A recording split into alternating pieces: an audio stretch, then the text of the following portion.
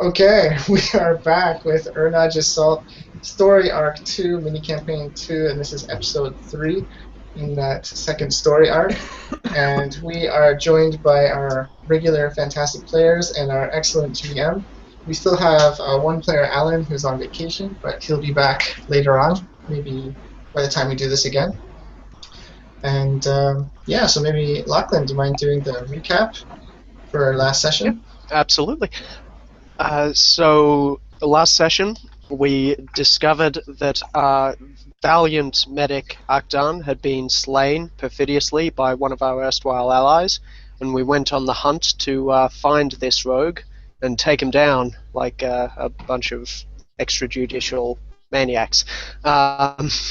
We essentially shut down the ship, split it and made sure nobody could move between the halves, searched through a pile of rubbish, and then intimidated the local smuggler Hoprax into being paranoid for people coming down on him, and then Hoprax was drawn off by Raaze, a wonderful sniper, while our new gank propagandist buddy, who Luke is playing, joined Dev as Korto to rummage through his possessions while Capo got drunk with Steve and pumped him for information. And I think that was all the main things, really. It's becoming like a D&D session. Thievery, murder hobos. Yeah. Okay. Foul deeds afoot. Do you guys want to introduce yourselves quick and your characters? Then we'll pass it on to Steve. You want to start? I am playing Capo, the Capo Greeata, the embittered Rhodian fighter, who is going to spend this entire session trying to find those who wronged his teammates and take them down. I'll hand it off to the other veteran, Raaze. Alright, Ryan, I'm from What the Dice, playing Raaze, CT67. I'm a former clone who kind of switched sides in the middle of things. And yeah, looking forward to shooting people from long distances and, blood splatters and that kind of thing. Korto? You have ridiculous amounts of true aim now. I can neither confirm nor deny. Okay. Yes, I'm Dev from What the Dice. I'm playing Korto Voss. He's an infiltrator, but he's built as a Sentinel Shadow. He's an untrained, well, he's not really a Jedi per se, but he's attuned to the Force. He's the son of a Jedi, and he's looking for his missing father, who was taken by the Empire a long time ago, and he joined the rebellion, hoping that one day he will find the trail of where his father is, and until then he's going to help them take down the Empire. And how about Luke, who is a new person? No, I mean, he's one session old. I mean, he's basically seasoned now. So basically, I play the specialist. I did play Akdan, who was a fan of healing people and taking selfies. I've upgraded to just doing the latter. But no, I'm a propagandist, and basically the party doesn't kind of know a lot about me at this point because they've only just sort of met me. So I feel like it'll come out more naturally. But basically, I'm there to sort of help the rebels' war effort by sort of showing that sort of war is hell, the Empire is evil sort of look. And then I've kind of become embroiled with this party, and I sort of really identify with that loss and that sort of personal struggle. So I've joined them, and also because I want to keep playing with them in real life. So, yeah. Oh, thanks, man. We feel the same. Yeah, that's it. But we were pretty bummed out when you got killed. Okay, so with that, we'll pass it off to our excellent GM. Cool. So yes, it is my job to kill more of the characters, and generally demoralize the crew. And lots of red herrings. Lots of red herrings. Yes. Yes. Cool. So when we left off last time, most of you were standing around in the bar. I think the specialist was following Capo around, if I recall. Korto. Yeah. Korto. No. Okay, So Korto and actually, what is your name, Luke? Specialist. The specialist. Just specialist. Okay. The specialist. Yeah, they'd gone off to get into Hoprax's room and just see if he had any incriminating evidence in there. And we had Hoprax was the being list. talked to. Yeah. And we went around the cantina, and Specialist took photos of everybody on our list. And Korto tried to scan their minds with the Force. And then Capo had some conversations, and he flagged Hoprax for us. So he left, and we've been on our way to follow him. Because Hoprax was talking with Raaze, because Raaze grabbed him to stop him from going back to his room. Yeah, Raaze So was you watching guys the would door. be. Oh yeah, he's drinking with you, right? You guys are having a drink together or something? Yeah. Okay, So you guys are clear to rummage through his stuff. cool. Excellent. Alright, cool. So we'll start off. Raaze, you're busy getting drinks for Hoprax. And you find, like, you go and get the drink, and you find he's just kind of sitting in the chair near the door where you left him as you're coming back. So you kind of get the drinks ready for him. Korto and the specialist. Probably makes more sense to start with you guys, since there's probably the more immediate kind of things going on. Yes, we're on our way to his quarters on the ship. Alright, cool. Cool, so you go to the quarters, and it's like a standard kind of, it's more of a kind of standard troop barracks kind of setup. So there's a number of bunks, and each has like a footlocker at the end of it. So kind of like the thing you'd see in Full Metal Jacket and whatnot. Are there other people in the barracks? No, there's kind of a couple milling about, just kind of general troops, and that kind of look up at you as you enter, but they don't really pay you any heed. Okay, well, we're just gonna walk in there like we have legitimate business in the barracks. And do we know where how do we know where his bunks are, or where his things are, if it's just a general barracks room? Or is there like some tag for each bunk, or each usually sure. they have Like, a locker or something, right? Yeah, all of them have all the footlockers have like a nameplate kind of with an engraved name on them in Arabesh. Okay, so when we scan the room and we see that, I'll just nudge Specialist and nod for the footlocker. Is there any other personal effects of his besides the footlocker, or would everything that he has be contained in that footlocker?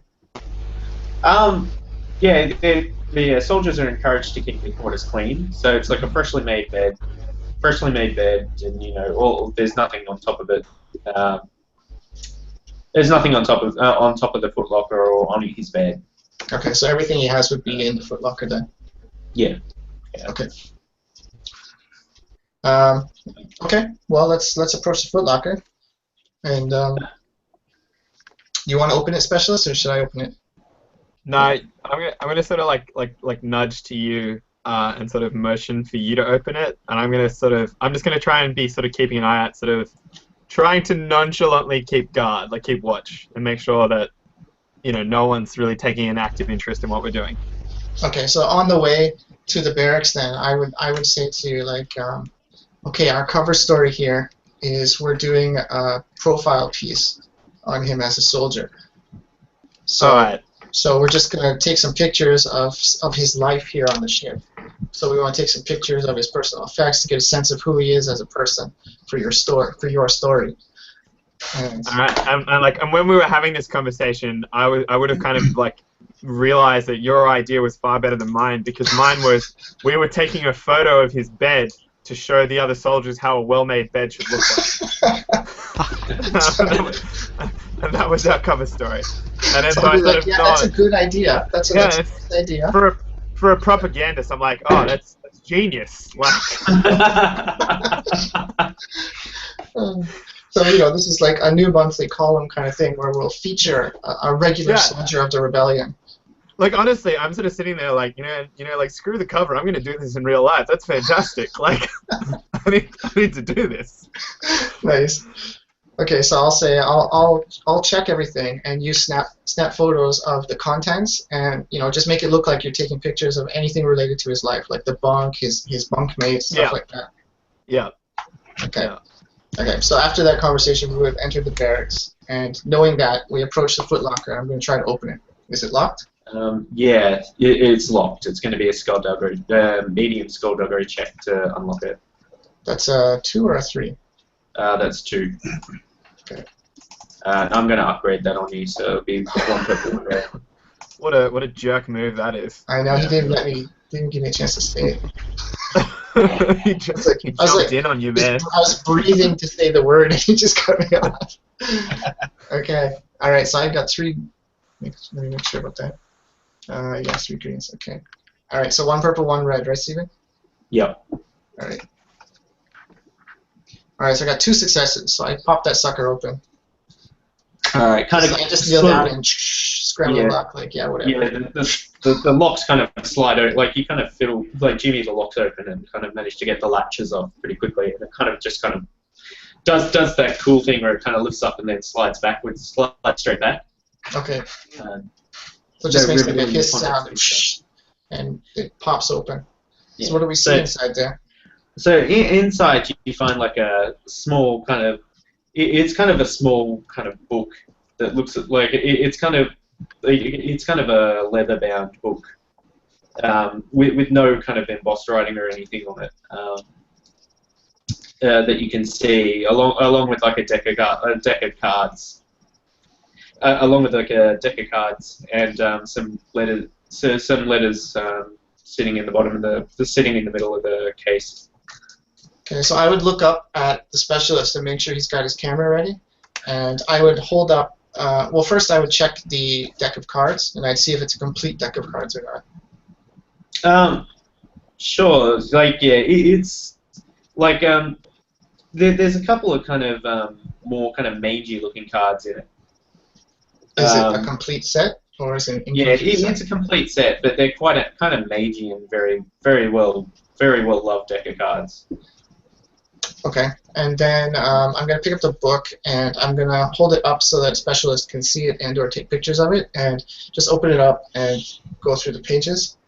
What can I see? Anything special there? Roll me a perception check.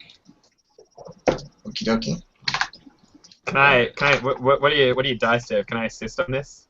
I got 3 yellows, so you can definitely assist because you're basically zooming in on it with your camera, right? All right. Well, I can't assist as well as you because I'm 2 yellow, 1 green. So just you're the man. You can have a boost die if you. Yeah, so we're both looking at it at the same time. What's the difficulty, Steven?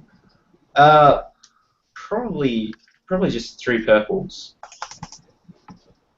Okay, I feel like we can pass this one without flipping a destiny point. Oh, famous last words. Here we go. Yep. Advantage. So I don't see anything in the book. So you don't see, like, you're kind of looking through it, and it's like, it looks like a book of war poetry. Okay. So there seems to be some from, like, it's not like it's old poetry either. A lot of it seems to come from the Civil War, but there's also things from, like, Clone Wars era that seem to be from the Clone Wars era as well. Okay, so my advantage is I don't. An advantage. Okay, I have an idea. I don't see what you were checking for, but I do see that there is something odd. Like maybe just there's some pattern or some strangeness to it.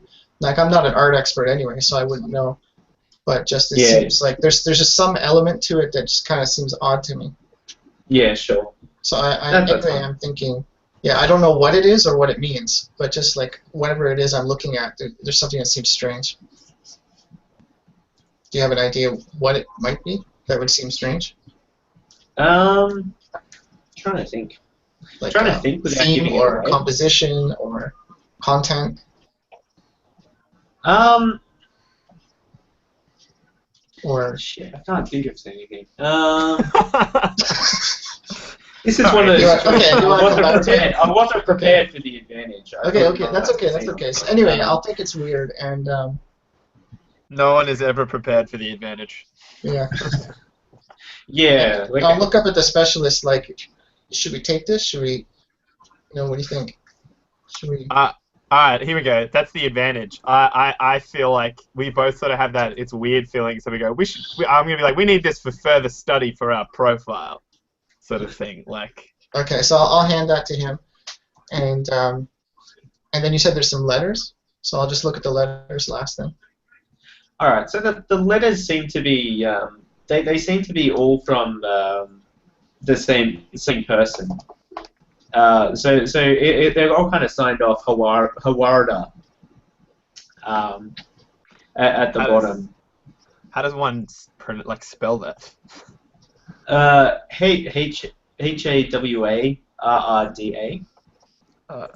Alright. Is that from your NPC generator? Maybe. Neither confirm nor deny. Yeah.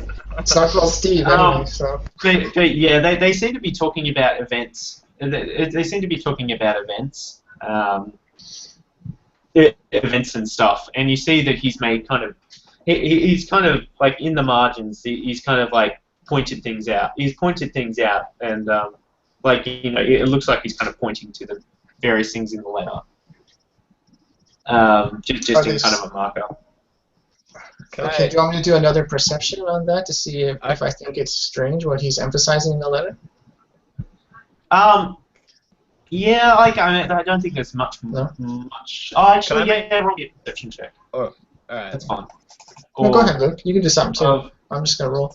Luke has an Can idea. I do a xenology check to see if I know sort of what species might have like a weird ass name, like an NPC generated Greeata? Sure, go ahead. Alright, what difficulty is that? Probably 2, but you can have a boost given what type of species it is. Alright. Nice. Yeah, like you crushing it. Awesome. 2 success. You're all over that. You're all over that. You know that that's a Trandoshan name. Alright, what's the threat? Is it that it's I know the Trandoshan and it's the bad Trandoshan? Is that the threat? It's a computer-generated name. It's clearly an alias. So yeah, it's an alias. It's not his real name. Skynet coming for us. Yeah, sure. Like you've heard of this. You've heard it. Like you know that they were a gangster, but you were sure that this gangster was dead. Okay. Like just in your previous growing up, you heard about this guy all the time, but you were sure that he died in a shootout with the Korean security forces. All right. Are there any dates on these letters, or any correspondence receipts of when these letters were received through the rebellion mail service? No, there's no dates on them. They're all just kind of letters talking about events at home. None of them say where home is, but they're just kind of saying that they're at home. Okay. With the triumph, would I recall sort of what? I know you said he was a gangster, but did he have any sort of specific affiliations, sort of thing? Yeah, because he was kind of one of those things. He was kind of one of those outside chances kind of things. He was working for a hut, but just in an epic coup d'état, just managed to take over this hut's small empire and move it away from hut space, essentially into the core worlds. Oh, okay, cool. All right. So it sounds like a pretty impressive dude, lizard thing. Yeah. So Hoprax theoretically knows some interesting people. Yeah. He has a hidden hobby of war poetry. You know, this makes for a great profile. He's met interesting people. He's had interesting hobbies. You know, it shows the well-roundedness of the rebel, soldier, right? So what's the difficulty on the perception, Steven? Before we finish up here. We'll say 2 with a setback. Okay. And setback is based on what? Based on I'll explain it if you succeed. It will be more obvious if you succeed the check. Okay. And no boost this time, right? No boost. Okay. 3 advantages. So I don't know what the hell they're talking about. Nice. But again, something seems strange in this letter. Alright, so you kind of, like, when you're rubbing your finger over the paper, like, you feel like the texture is a bit funny on this letter. Okay. Do I feel like there's imprinted text? Not necessarily imprinted, but it's like certain sections feel a bit strange under your touch. And it's usually about where the arrows are pointing. Okay, so this, so I'll make, because again, there's like people maybe generally around us in here, so I'm gonna like run my thumb over these sections and like nod at the specialist and pass it to him to check. And I'll say I think these would be worth taking a look at later as well for your piece. All right, I'll stow these because like I'm just gonna presume that we're just trying to be a little bit speedy as well. Like we can't just be like, oh, like let's forensically analyze these. So No, I just like feel that and then I like give you a look and then I hand it to you and say that. And then I'll close the footlocker. All right, excellent. And I'll be like, well, specialist, any other photos you need from the barracks here for your feature profile? I'll sort of nod that like, no, like we should be good. Like we got everything we need, I feel. All right, let's go back and see how the interview is going. All right. All right, Raaze. We'll come back and you've handed Hoprax his drink. Do you talk to him, or do you wait for him to talk to you? Just to a point, I would have gotten that same kind of crazy ass drink that Capo had made for us the last time that we were here. The really rock Hoprax. Just the rocket fuel. Yeah, the rocket fuel. Did he get any? Did Hoprax take a shot? Or? No, I'm pretty sure didn't. Oh, he didn't get it. Yeah, Okay. no, Hoprax didn't get any, but the bartender did, and That's right. passed out from it.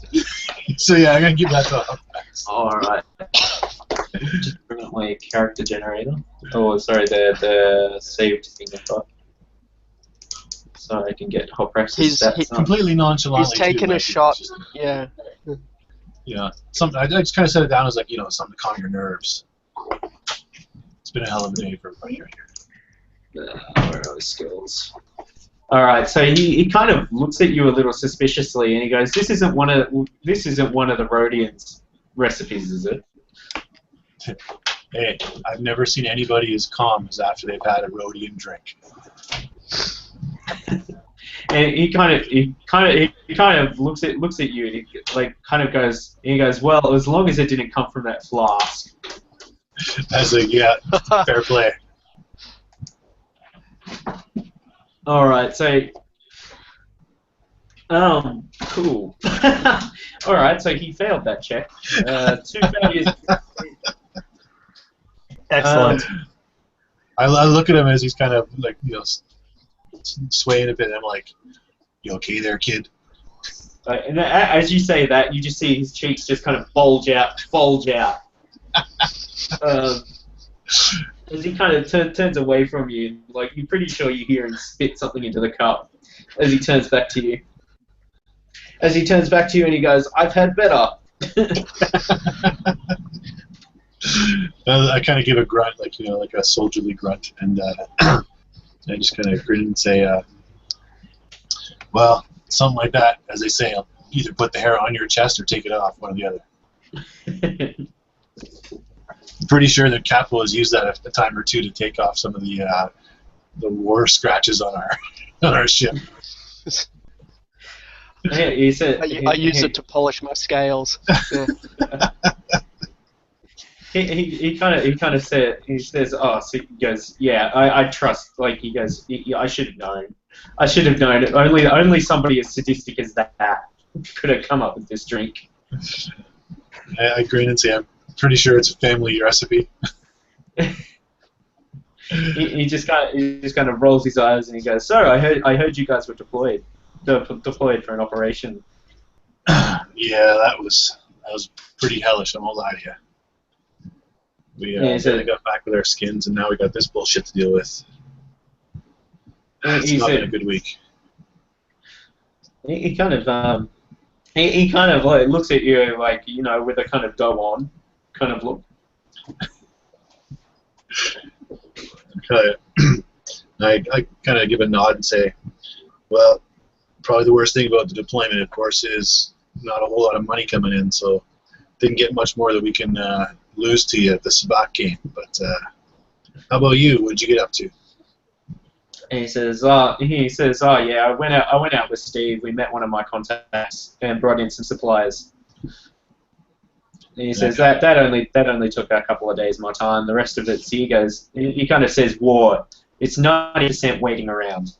Yeah. Anything useful you brought in? He says, yeah, we managed to secure a good amount of fuel.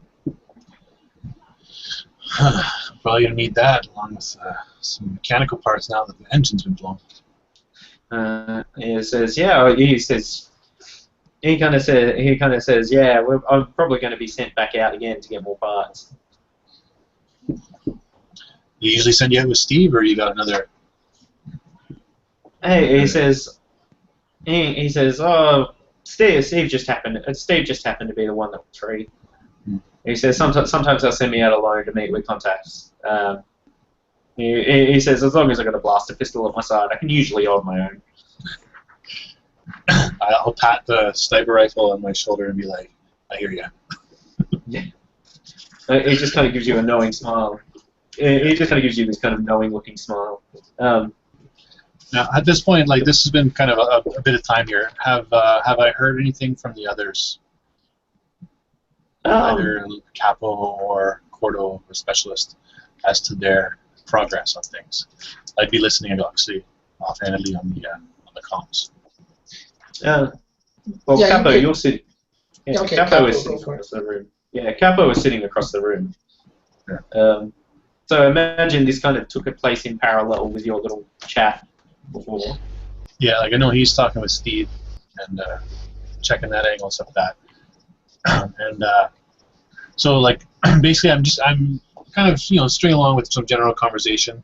I know this guy's kind of one of the shadier guys around, kind of thing, but not necessarily in a bad way. But it's a lead you got to follow and that kind of thing. So basically, I'm just keeping him occupied for the amount of time that Korto needs and specialists need. And I'm going to kind of let him go and kind of move back towards Capo whenever it seems like it would be a logical thing to do that.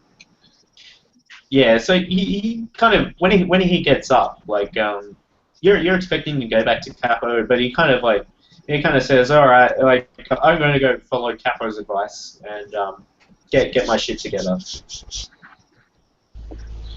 I'll raise an eyebrow at that and be like, well, as one veteran to another, that kid's got some good advice. If he gave you some, it's probably safe to take it.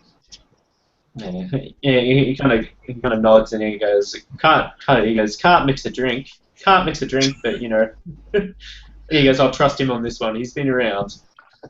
I'll chuckle and I'll put my hand out for a handshake. He kind of like grabs your hand and then like pulls you full in for like the kind of man hug with like the 2 pats on the back and kind of wanders out. You guys are BFFs now. Yeah. So I'd call him to Korto and Specialist and say, gentlemen, he's now left the cantina, sit rep, and eyes open. So I'll get on the comm and I'll say we're clear on our way back to the cantina. All right. And I'd say, Capo, can you give me a click if you think you you're done here, or 2 clicks if you want to stick around longer? I'll just send over a click and kind of saunter over and just I'll tap Steve on the shoulder and give him a pat and say, "I'm off, mate. Got work to do." And then I'll head over and I'll just kind of cover my mouthpiece and just say to Raaze, "Boss, we both know what's going to happen to this guy when we catch him. We need to talk about keeping the kid out of it."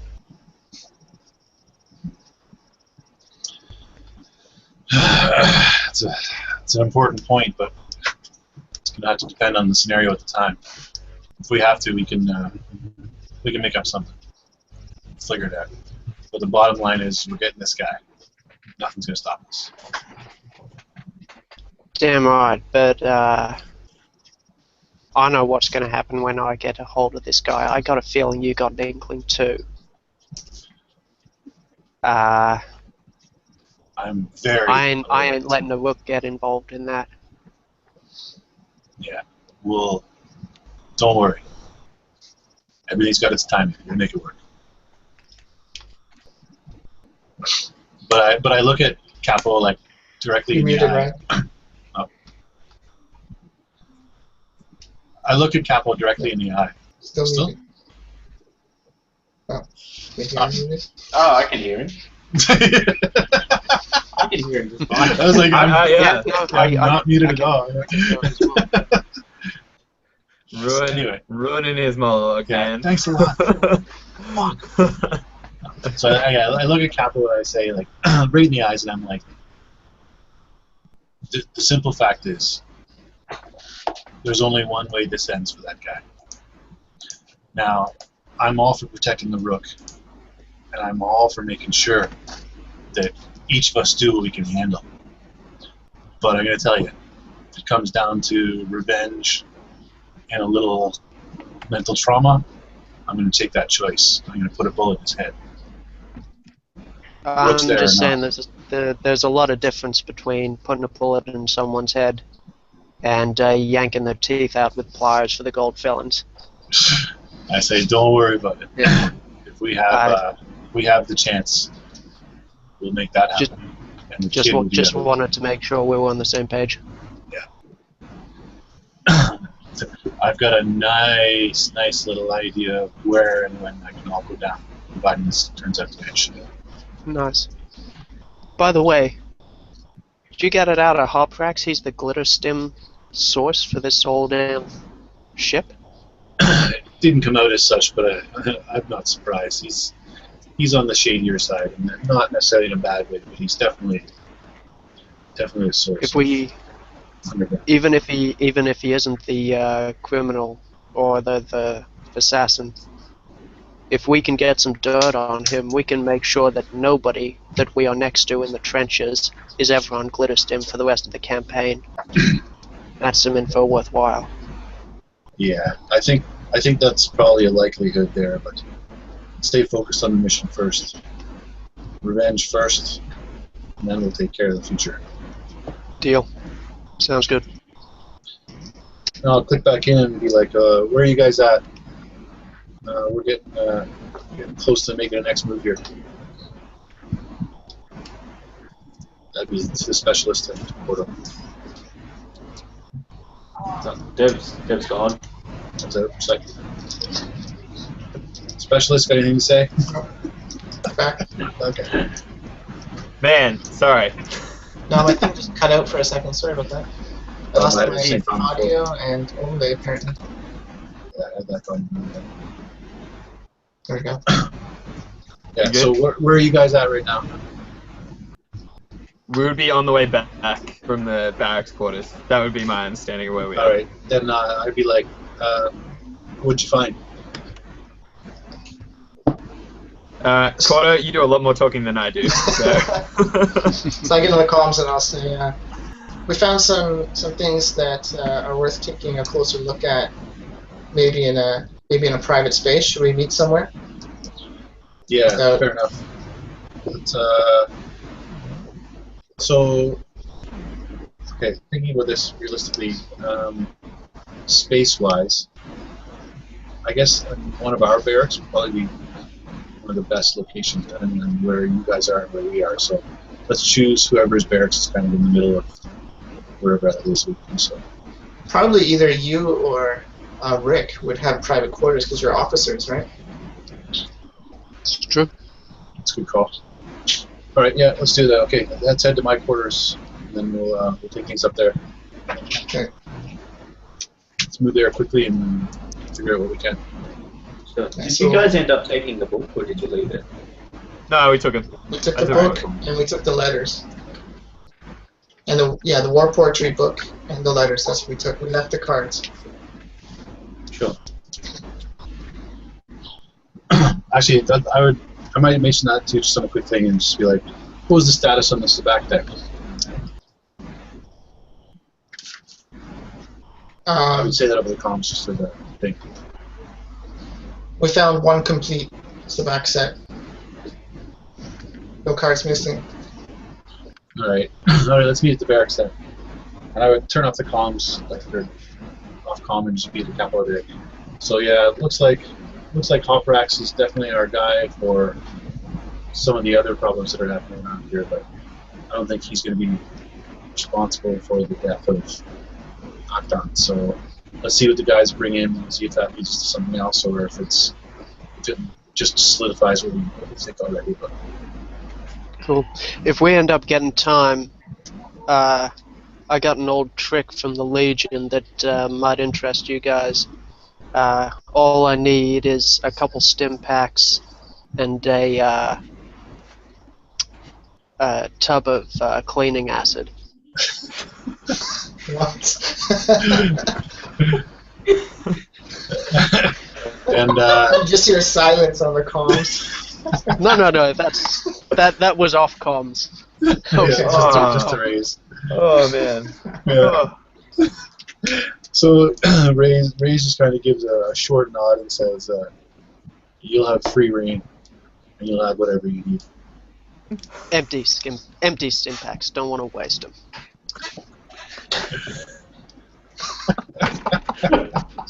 Oh, man. Nice. I told him what was going to happen if I had to get inventive. Well, at least we don't have a long calamari taking pictures of everything we do and reporting it to command. Yeah, I'm just kind of going at this propaganda. Yeah, now we have a gang taking pictures of everything we do and reporting it to the entire rebellion. Join the rebellion. And like the people on Mendasium Prime, they are going to look at it and report the soldiers humanely giving medical supplies to the enemy, who then proceeded to expire via unknown circumstances. Caring for their fellow man. Damn right. Okay, so we rendezvous at the sergeant's quarters. Mm-hmm. Okay, so when we're all inside, we'll seal the door, make sure it's locked, no one can just come in. And there's no cameras in here, right? No, just generic security cameras?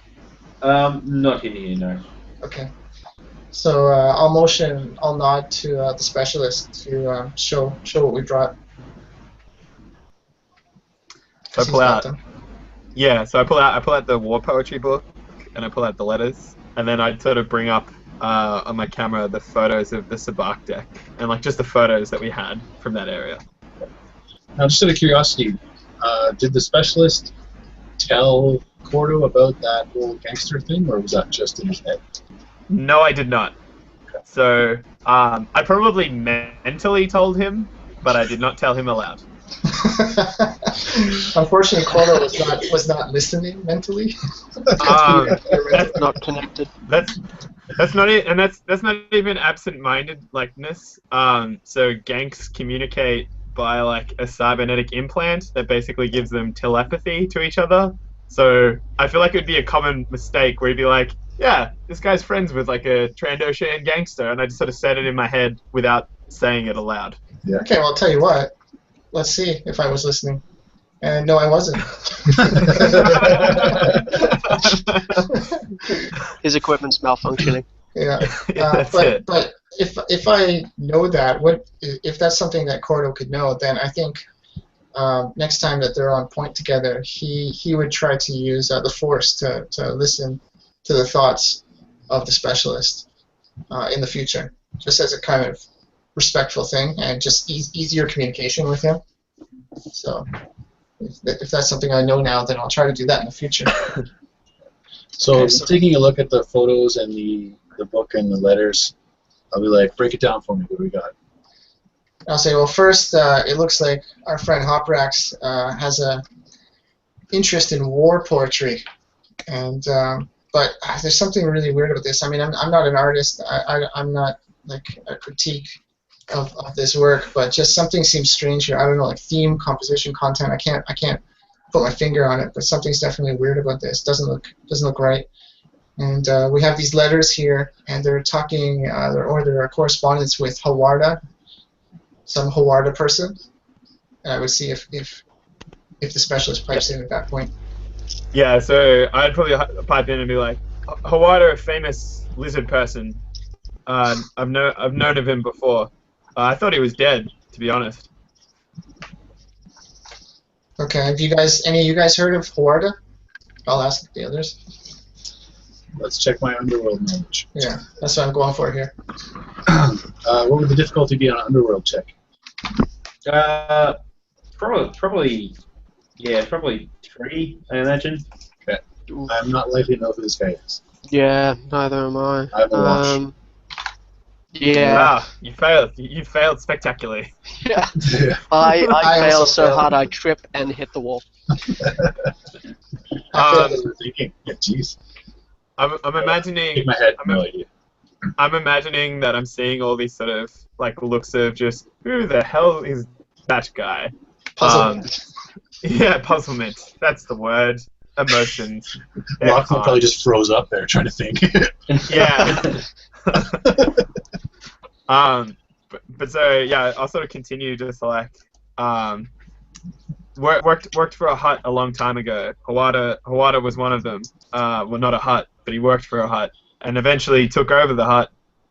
Not very common. Doesn't happen too often inside hut space that the hut loses.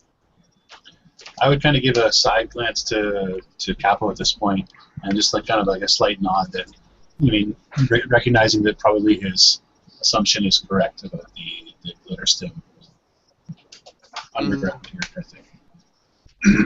And I would add that there's something strange about these letters though, and I would show like where he's underlined certain sections or circled them, and he's made some marks, and I run my fingers across them and I say there's some kind of like difference here in these letters. Like check it out for yourself, but I don't know if it's like a secret code is in here somewhere, or some hidden message of some other kind. But take a look, see what you think, and I would pass the letters around. So yeah, I would take one of them and definitely try to check it out and see if there's anything that came to mind.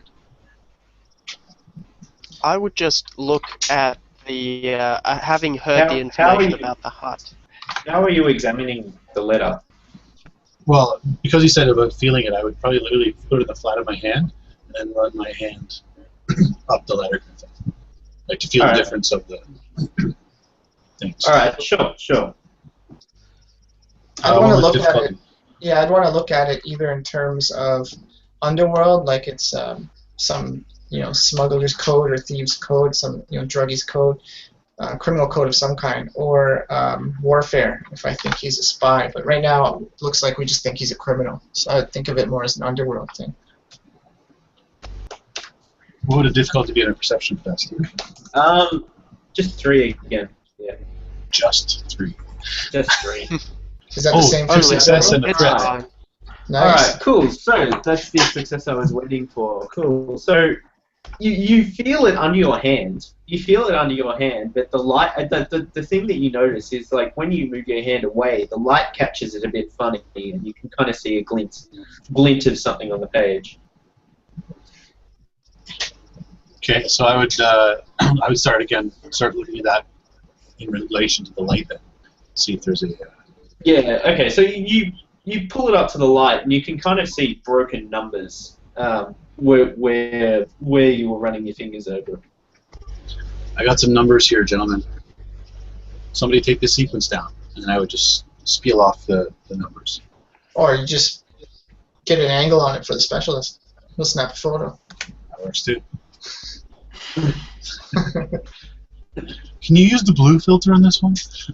Yeah, I'm gonna go for a nice like cyan. No, just give me the goddamn let's do this, right? Like, And the caption appears over the picture. Rebellion foils secret plot. Crack cipher. I'm sorry, I forgot to turn off my Instagram filters. Oh god, no. the specialist is like deeply offended by all these allegations. We don't notice. he films the truth, okay? He doesn't alter. Sure. Okay, so All right, so what numbers are we looking at here? Yeah. I'm just trying to remember. Do you remember picking anything up in the last couple of sessions? Oh man, we picked something up, didn't we? Shit. Numbers? Yes, I do actually recall the numbers. Yeah, because it was a set of numbers that did not match. Didn't match like a sequence that would be coordinates or anything like that. But we did have. Damn it, what was that? Oh, Help me out here, guys. shit. Because I remember us making the joke of Mason. What are the numbers? What do the numbers mean? Shit. I don't know. Yeah, I don't know. I pulled that out. I can't remember that at all.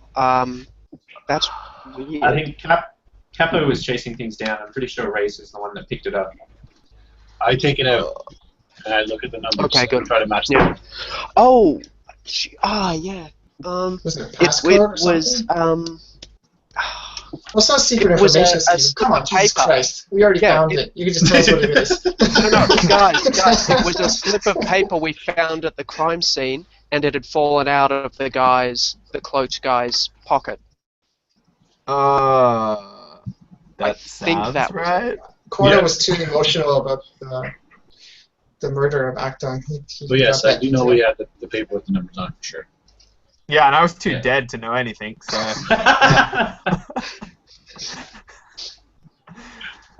Alright. So did the numbers match this piece of paper when we compare them side by side?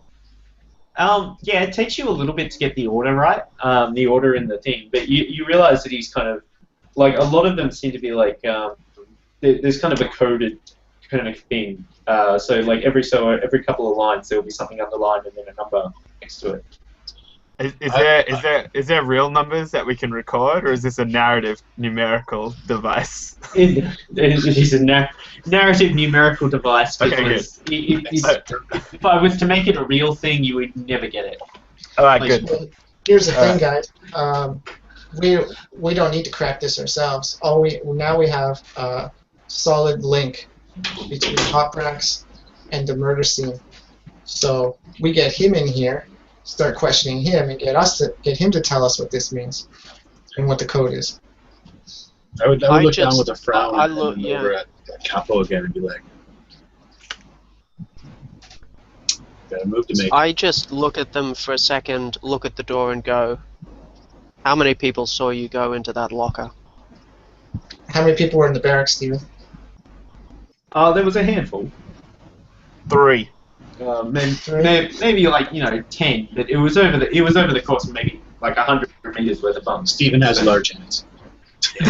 Well, and I kind of get what I think is his vibe here, and I'll say, are you worried that maybe he's not working alone, and they might know he's compromised, and he might be in danger right now? I'd bet you the next 3 Sabak hands he already knows that you've gone into that locker. We need to find him. All right. Okay, we should move on this then. Put everything away. Let's go. Run. Yeah. Should we stay together or split up? Stay together for now. You think? I don't know. Should we go back to his barracks? Where you talked to him last? Where did he say he was going? Yeah, he was headed to his barracks last. What rank is he? Do we know what rank Hoprax is? He's actually one of their negotiators for the most part. I've forgotten the actual ranks that they use for that. Can I lie? I mean, that sounds ridiculous, but can I lie? You mean, Can are I- you capable of lying, or would you Yeah, like no, to? I'm capable. I would like to. I'm gonna make can I make a comm call to like the bridge security or like just like Ooh, whoever nice. whoever keeps track of people, and can I make a deception check and say that I'm working on this piece that I've been assigned, and I was working with a guy named Hoprax, but I can't find him. Could they please tell me where he currently is on the ship? Like just using the camera feeds or whatever shit they do to keep track of people. And I'll whisper for Yeah, the interview. sure. For the interview. The feature profile interview. Yeah, feature profile interview. That's right. Yes, that's No, what so I will be it's- doing. All right, sure. So you kind of hear this kind of like slightly confused-looking voice, and then she kind of confused-looking voice, and she goes, "Sorry, do you have clearance for this? Can you just roll me the deception check?" Bitch, he's Yeah. the motherfucking specialist. My camera he's is the clearance. specialist. He's got the clearance for whatever the hell he wants. Alright, what's the difficulty on this? Two purple and a setback. Alright, I'm a definitely flip a destiny points. Yeah. And reduce the purple. Yeah. Alright. Oh yeah. Oh, Huge. nice. Awesome. Yes. Very nice. That's why you're the specialist, my friend. All right, she goes, "Oh, no, you're that gank. Yes, we pulled you in specially for this kind of thing." Yeah. And she kind of like hums a little bit, and you hear her tapping away at something. And she goes, "Oh, yeah, it looks like he's on his way. It looks like he's on route to the bridge or something." I just sort of like I go, oh, thank you. Yeah, and I just sort of end the call. I'd be like, And I'm like, oh. Yeah, it's just, Okay. And I just like am, like sort of like just to everyone, I'm like, he's heading towards the bridge. Go, let's go. Yep. Good work, specialist. run. I'm like, yeah, let's double time this, guys. Yeah. This is our first solid lead to finding out what happened to Akdan. Yeah, so we're gonna whatever it takes, fast as we can move, we're gonna get there. All right, roll me an athletics check. Oh See how we man, go. Oh my. What's our difficulty? okay. God. What's difficulty? Average 2. Two. Should have cut down on burgers, it would seem. I got 2 successes and 3 advantages. I have Ooh, 8 threats. nice. I'm gonna Three crack that three fucker successes. It's okay. I'm- I, just I'm need up to run, with- I just need to run far enough to shoot from some 1,000 meters away. I'll just I lay have down an here. advantage. I have an advantage. This is why I told everyone to go, because I knew I would take longer than them. Korto's moving, Um, man. The wrath of the force is coming down on this guy. Yeah, ditto. No. I'm racing after the rook. You Oh, got 3 alright. successes, so you're slightly ahead of me actually. I'm Yeah. behind you.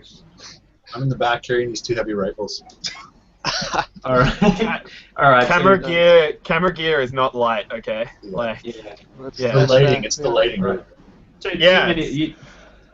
you guys got back from your holiday to America.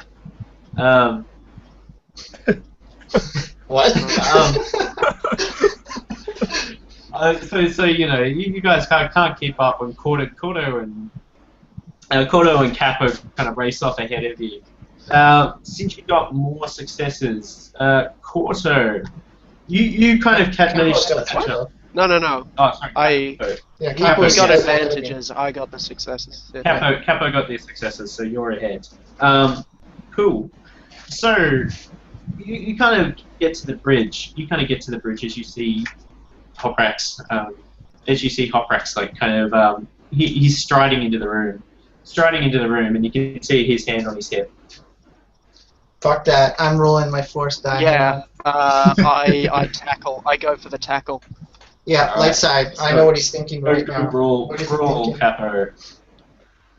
Tell me- What tell do you me want his me to thoughts. roll? Brawl. Just let me check. Oh, Steven, what's he thinking? I know whatever he's thinking. He's thinking about the mission. Alright. Okay. Hmm. What difficulty? 2 purple. I'm gonna shout. Oh. Traitor. Oh, Traitor on the damn. bridge. Yeah, traitor on the as Capo dives for him, I'm gonna shout traitor on the bridge. He's got a weapon. All And right, I'm gonna cool. point at Hoprax as Capo tackles him. All right, cool. So you, Capo, as you tackle, I'm going to use your advantages if that's okay with you. Yeah, go for it. Cool. So you tackle him just as he's pulling the gun out, just as he's pulling his blaster out of his holster, and he's just starting to like level it. Like you can see him turning towards Marek as you kind of tackle him, and the pistol just goes spinning out of his hand and along the ground as you take him to the floor. Take him to the floor. As Capo's grappling him on the floor, Korto's blade is out and it's at his throat. I'll be there in 2 minutes, guys.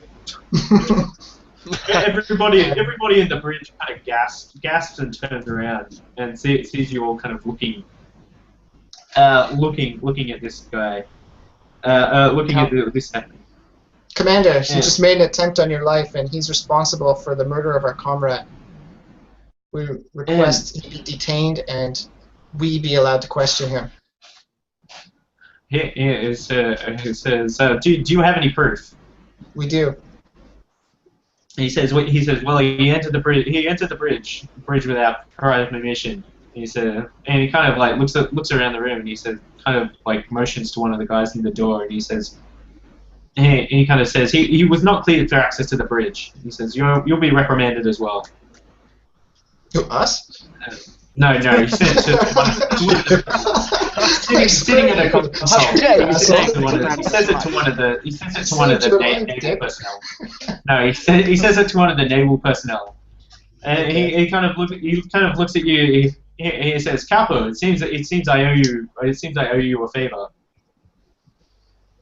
And he says, thank you for saving my life. Anytime, boss. Can't have an army without a general. He says, all right. He says, all right. Get some binders. We'll detain him and take him to the brig. As you see him, like he kind of grabs his coat. He like grabs his duster off a chair and puts it on. And Korto say, Commander, we respectfully request that he be not left alone at any time. At least one or two members of our squad should be monitoring him at all times. He has critical information that we need for our investigation, and he may be compromised. He may not be working alone. I have one request with regards to his treatment. I request that my military record as submitted to the rebellion be given to him as his sole reading material in his cell. Awesome. That's awesome. Steven knows what I'm actually talking about. He kind of looks at you a bit quizzically. And kind of like looks around to. There's like kind of one guy. There's kind of like one officer kind of sitting there, like with this horrified look on his face. The personnel guy. Marek just kind of shrugs and says, he goes, granted, soldier. Thank you, sir. Thank you very much. So the other two are here now, you guys? Yeah. Especially Raaze. Yeah. God damn, this is heavy. I'm getting old. So we update while the security comes with the binders and the prepping the prisoner. We just update that he tried to pull his weapon on the commander. I take a photo of the scene of like the prisoner being binded. Nice. Yes. Okay. All right. Let's take Do you want a photo of Capo shaking Marek's hand? So, Nice. Yeah. Like presidential photo. Like Propaganda. I look to Rick and to Marek, and I say,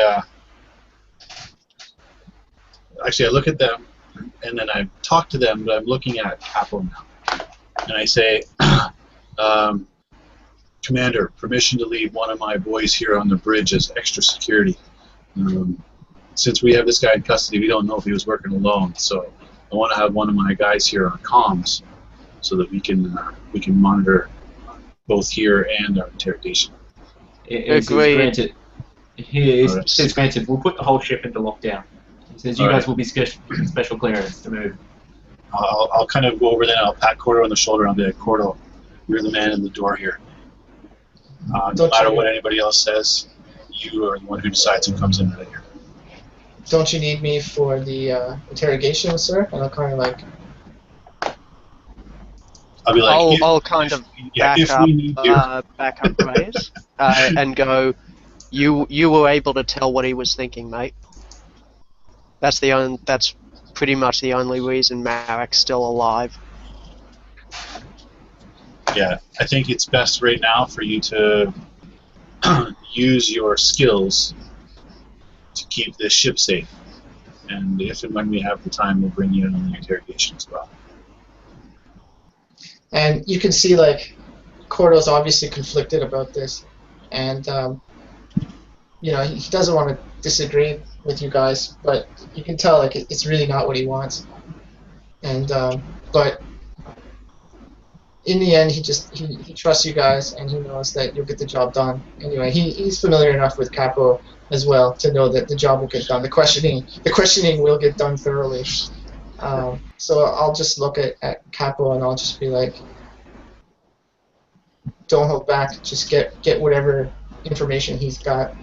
If he's just the middleman, or he's the stepping stone, or he's the one who did it, I want to know. I want to know who killed our friend. Done.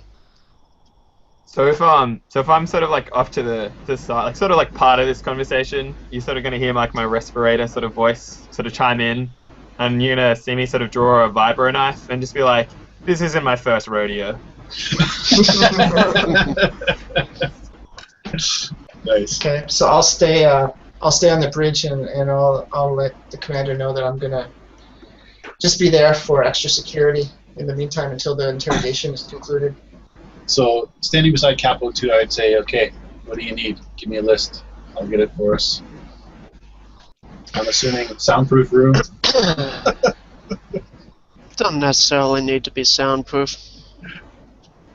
Okay, what do I need? I got my vibro knife. I need a hammer. I need a set of rope.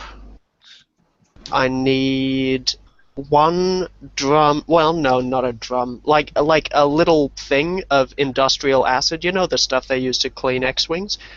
And I need at least 3 empty stim packs. Alright. So I would get that list together, and I would pass it off to some ensign or whatever it would be. Red shirt. Oh, sorry. 2 nails and a set of wire as well. Alright. So let's get ourselves set up for this. I would give him enough time to read. I mean, is he in this? Is he in the cell? Like, is he like where are we? Yeah. So you guys are kind of like unceremoniously marched down to the bridge with hop racks, and like Marek kind of opens the door and kind of nods to you to throw him in. Cool. I just turn to Capo, and I say, do you mind if I have a pass at him first? He has something I want to know, not related to your friend. I kind of just wait for him to go. Leave him functional. I forgot I need a bucket of water and a towel. And I kind of wave you in and quickly run off to find a bucket of water and a towel. All right. So Alright. Merrick kind of like nods to you, nods to you, and like cool. So as he's kind of nods to you and kind of like gets the guards over to kind of frisk him, who like frisk him down, and like they pull like half a sabak deck out of one of his pockets. Yeah, as well as what looks to be like some kind of receiver.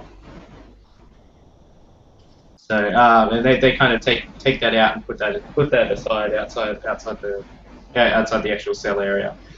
And Alright. while Luke is questioning him, I'm just gonna run to the bathroom for a second. So go ahead, Luke. Do your thing. Alright. Well, I mean, I'd sort of turn to like Marek and the two guards and just be like, I mean, even though he's the commander of the ship, I just sort of like curtly say like, leave, sir. So he looks a little taken. He looks a little bit taken aback until you say sir, and he just kind of like gives you a bit of a very kind of curt nod and leaves the room. All right. So So is he sort of? Yeah, sorry. So he kind of looks at you and he goes well. And he says, well, you caught me. I just sort of sit there, just sort of like, I mean, I'm presuming we've got the classic, like we're all thinking like the Law and Order setup, where it's like the table in the middle, he's on one side. Right? Okay, cool. Yeah. I just sort of literally just sit there, and I'm in like my full body armor, and I'm just sort of like just tapping on the table for like a good 2 minutes, 3 minutes, just staring at him.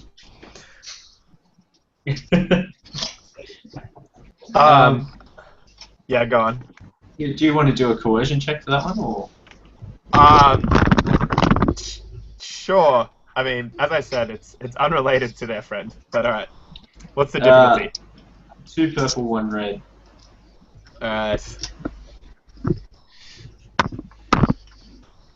I have a threat. Alright, so he seems completely calm. Like he is an ocean of serenity at this point, and he's just kind of like looking at you with one eyebrow raised. I'm just gonna just nod. I'm gonna be like, how do you know Hawada? He kind of laughs. He just kind of laughs a little bit, and he goes. He says, "Lots of people know Hawada." I thought Hawada was dead. And he kind of laughs a little bit more. And you know, he says, "You're really new to all this, aren't you?" I just get up, and I just come behind him, and I'm like, how much do you know about ganks? Let's see, how much does he know?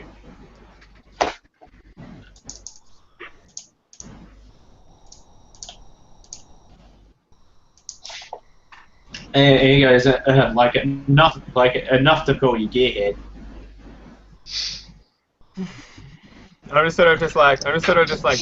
just patting on his shoulder, and I'm like, we run in packs. In fact, we don't talk at all. We all talk in our heads. I find this whole exercise distasteful, having to talk aloud. My pack is dead. Guess who killed them? And he kind of like sits there and just kind of like, as he kind of puts it together in his head, and you just see him erupt into like a fit of raucous laughter, and he goes, "Oh, this is too perfect." He says, yeah. "Oh, this is too perfect." Alright, so I'm gonna like just straight up just get like my vibro knife and try and pretty much just if his arm is like a leg of meat, just like take off a slice. Awesome. Ooh. I like the specialist. Ooh. All right, Cool. Roll Capo to me. win. I imagine that's another coercion check. But I'll give you the Okay. boost. I'll give you the boost for that one. Alright. Alright. What's the difficulty? Just 2 still? Yeah, one red, two Oh, purple. one red. Yeah. Alright. Alright. If that's okay with everyone, I'm gonna spend a destiny point to lower by 1 purple. Go for it. Yeah. Oh, come on, gang. Give me... Wow, that's an advantage. I still Alright. take off a lot of arm. So he grits his he kind of grits his teeth and kind of screams through his teeth as you're cutting it out. As you're cutting it out, I mean he's still kind of like, you can tell he's trying to chuckle, despite the pain. Alright. So, and then I'm just gonna like cross back around to the other side of the table, and then I'm gonna be like, have you ever seen a gank not wearing any armor? And he kind of goes, "You're the first gank I've seen in person." And he says, "Can't say I was expecting much." Alright, so sort of like that very Vader-esque style. I just sort of like just reach back and sort of like unclip the helmet. So we're a basic to get yeah, go on. I imagine this is like, nobody's seen a gank in canon, so we can't really describe it. So I imagine the camera is like just focused on his face, reacting to you. Awesome. Yeah. For anyone wondering, the description that we can find in canon is that they're meant to be quite furry, but it's like a super predatory species. So make of that what you will. And then just like through the respirator, because my whole mouth's sort of like a respirator sort of thing, I'm just going to be like, no one's ever seen a gank and lived. Would you like to be the first? Alright, he just kind of like raises his eyebrows a little bit, and he kind of goes, well, he goes, furrier than I imagined. I just sort of you know, because you can still sort of like open my mouth and just lower the sort of respirator part, and I just sort of show him like a really like canine heavy smile, and just like the smile is not in my eyes, it's just all in my face. Like I'm totally happy eating this guy alive if I have to. Awesome. He kind of goes, here, Fido, I'll throw you a bone. And he says, Hawara is dead. He says, you just don't understand this, do you? And I'm just gonna like come back around to the table, and just like again that really sort of like just like tap him on the arm, sort of like do the taps, and then just sort of really just like viciously bite the side of his neck. Don't kill him. What are you doing? Yeah. I'm not going for a Is kill. this the time when Capo comes in? Alright, Yeah, roll for everything else. Stephen, when do I actually come in on this thing? sure. You come in just in time to see him starting to like bury his teeth. Do you want me to roll to? Intercept. Yeah. If you want, What do you want me to roll? just brawl, I suppose. Roll? No, I'm not gonna punch the guy. It's No, you're kind of tackling like him. You're tackling him. No, I'm not tackling the gank. I'm What do you want to do? How do you want to interrupt the attack? I suppose I would if I was if Capo was entering and just the door sped open and he saw that scene, his immediate response would be a drill sergeant bark of just, soldier, halt! Like in his roughest, loudest drill sergeantiest yell. Alright. Nice. Alright. I feel like he was Opposed check. Opposed check. We can do it in a first check if you want. It will be leadership on Capo's part. No, I feel like narratively he would respond to that because we're like pack tactics. So Yeah. But it would be very much sort of that like a predator looking up from his prey and just sort of like sort of that like intense, angry sort of like through the respirator, And then he's just gonna nod to Capo, and then sort of like as he like goes back to the other side of the table, as hard as he can, just like push the guy's head into the table. All right, so you hear a crunch, and as he gets up, his nose is not facing forward anymore. It's kind of like, yeah. And then Yeah. yeah. Oh no! As I put the helmet back on, I just be like, "Shame your species doesn't have stronger facial bones. Dogs seem to get through them pretty easy." And so he kind of like waits for the specialist to finish his piece, and kind of looks at you like blood streaming down over his face. And he goes, he doesn't get naming conventions, does he?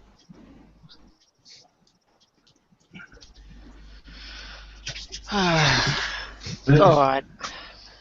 I kind of drag, I don't even respond to it. I just kind of put what I'm carrying down. Is the pile of stuff that I've asked for already there? Or is that still being collected? Yeah. I imagine Raize was probably going around grabbing it all. So I imagine he's following you in with it, yeah. Oh, okay, cool. Yeah. So I just kind of, what's the layout of the place? Is there a table, chairs? There's a table. There's a table with a chair on either side, and Hoprax is sitting on one of them. All right. So I take one look at his arm, look up at the gank, and go, "Nice." Mate. And then I drag a chair around in front and start working on the empty stim pack and the bottle of acid. And what I'm doing is I'm slowly, I'm undoing the bit of the stim pack that has any chemical in it to be injected, and I'm filling it up with acid. And I'm just being conversational at this point and going, "So, have you read that stuff that they gave you yet?" He says, my full intention was to do so until Rover over there went to take a bite out of me." Well, tell you what, I need to fill up 3 of these things. You go ahead and read that, and if you're feeling up to it, I'll even help you with that nose of yours. But you got until I finish these 3 things. And then we need to have a little talk. What's your coercion there? Coercion is 2 green, 1 yellow.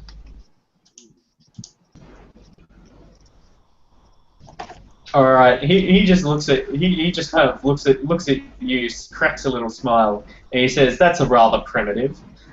As he kind of looks down at the paper in front of him. A rather primitive? Wait, what? Sorry? He says that looks rather primitive. Your acid is primitive. Primitive method. Well, funny story, when you fight monks in a jungle who are lobotomizing your mates for 5 years, you start to get a bit primitive. But it works. Now you know how this is going to go. You know that the only way to avoid pain is to tell us what we want to know. Now, I don't...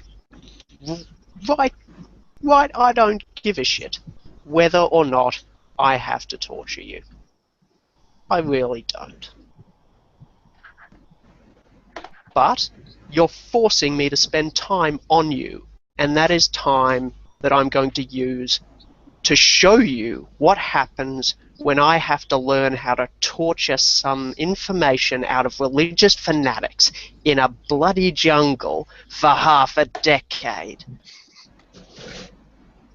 And I have had a long time to get good at this, mate. And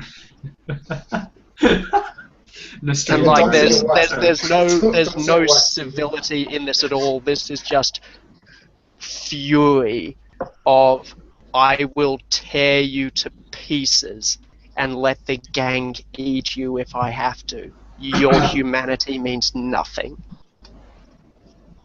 My respect for Capo has increased. Yeah, Capo's awesome. Specialists will remember that. That's a good line. Specialists are great right there. Next month's feature profile, Capo. True hero of the rebellion.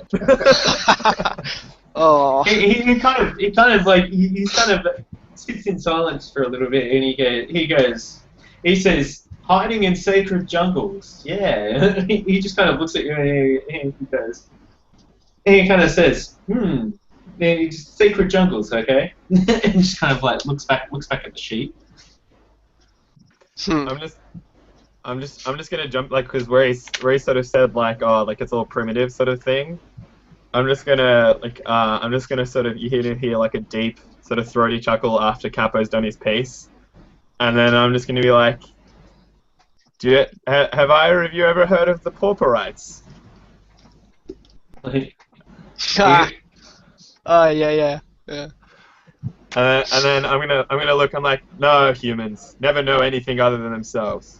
Pauperites were a very advanced species, till the gangs murdered all of them. We're rather primitive. Primitive often wins. He kind of says, and he goes, he says, it sometimes wins. Where are the Pauperites? Ask the Pauperites about sometimes. And he goes, I would, maybe I'd ask the gank about them sometime, but they're all enslaved by the Huts. It's true. As he's trying to be snappy, I drop what I'm doing, I grab his head, and I violently yank his nose back into place.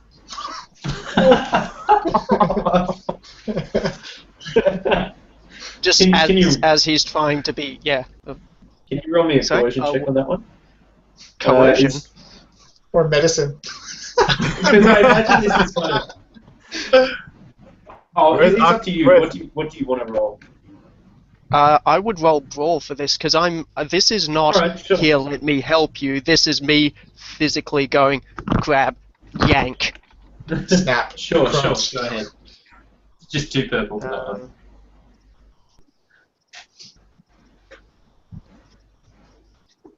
Yep. Alright, So 3 successes. Alright. Cool. How is Raize feeling watching all of this? Pretty relaxed, not really worried for too much. Kind of happy that Korto was left in the... Yeah. Funny you should say that. Korto, I don't know. you noticed... Korto could have figured out what's going on faster. From where you're standing in the bridge, you notice that the security, one of the security officers has changed the camera view to the brig, and is kind of watching this unfold. Are you going to watch it, or are you going to... I'll go up and I'll tap him on the shoulder, and I'll say, "You're relieved. I'll take care of this. I'll monitor this station." He says, "Private, you aren't cleared to relieve me at this station," and he kind of turns back to the screen. Then I'll get on the comms to Merrick. If I can, I imagine we have a certain status that we can contact him. Yeah. Okay. Fine. So I'll get on the comms to Merrick and I'll say, "Commander, request permission to relieve one of your men at the camera station." I don't know what it would be. Security station Bravo. Says he kind of hear back and he goes, "Why would you want to do that, Private?" Oh, there's just some interesting things going on that I'd like to watch unfold. I have a certain personal stake in the matter, as you know very well. He says you're cleared to watch. You're cleared to watch. No need to relieve the man on duty. He says it's just been an attack on the ship. We need to keep these people on board. All right, fair enough. Just stay vigilant. So then I'll just watch. I'll stand like really close to the guy, intimidate him a little bit, and just watch the scene. He's captivated. Is the scene where Capo just kind of like rips his head into place and then jams his nose forward again. And then I just calmly sit back into my chair and continue to work on the stim packs and just kind of go, feel better? Sorry, Stephen. One more thing before that. Sure. This guy's interest, is it appropriate? Like, is this what he's supposed to be doing with his time? Or does he have other things that he's supposed to be monitoring and he's kind of being distracted with this? Like, He seems a little distracted. Okay, just a second. It's kind of like. I'd like to know the nature of his interest. It's in kind of that like video when feed. you guys don't have SBS, do you? I was gonna make a reference to Saturday Night SBS, but nobody other than Australians are gonna get that. Yes. Okay, here's what I'm getting at. Is he like is this like entertainment for him, or does he have some ulterior motive to being interested in what's going on there? Well, Saturday night on SBS, at least when I was growing up, that was when they showed all the softcore porn. So this was a case of he was going through like all the kind of different video feeds, and then all of a sudden he sees this. He saw this gang kind of start like slicing off a bit of this guy's arm. It was had this. This definition of softcore porn is very different. If you guys are looking at softcore porn, then there is something very wrong with that guard. No, but as a 12-year-old, you're flicking through, looking for a movie to watch, and then all of a sudden, boobs. You know, I'm just saying, you Someone chained stop to a very table quickly. getting cut up. Yeah, you stop very quickly. So his thoughts you hear in it, like he's deriving this. He's got this like morbid fascination with what's going on in front of him. Okay, and I'm not picking up any ulterior motives or anything. He's just naively interested in this. Yeah. Okay, then I won't interrupt then because I'm also interested in this.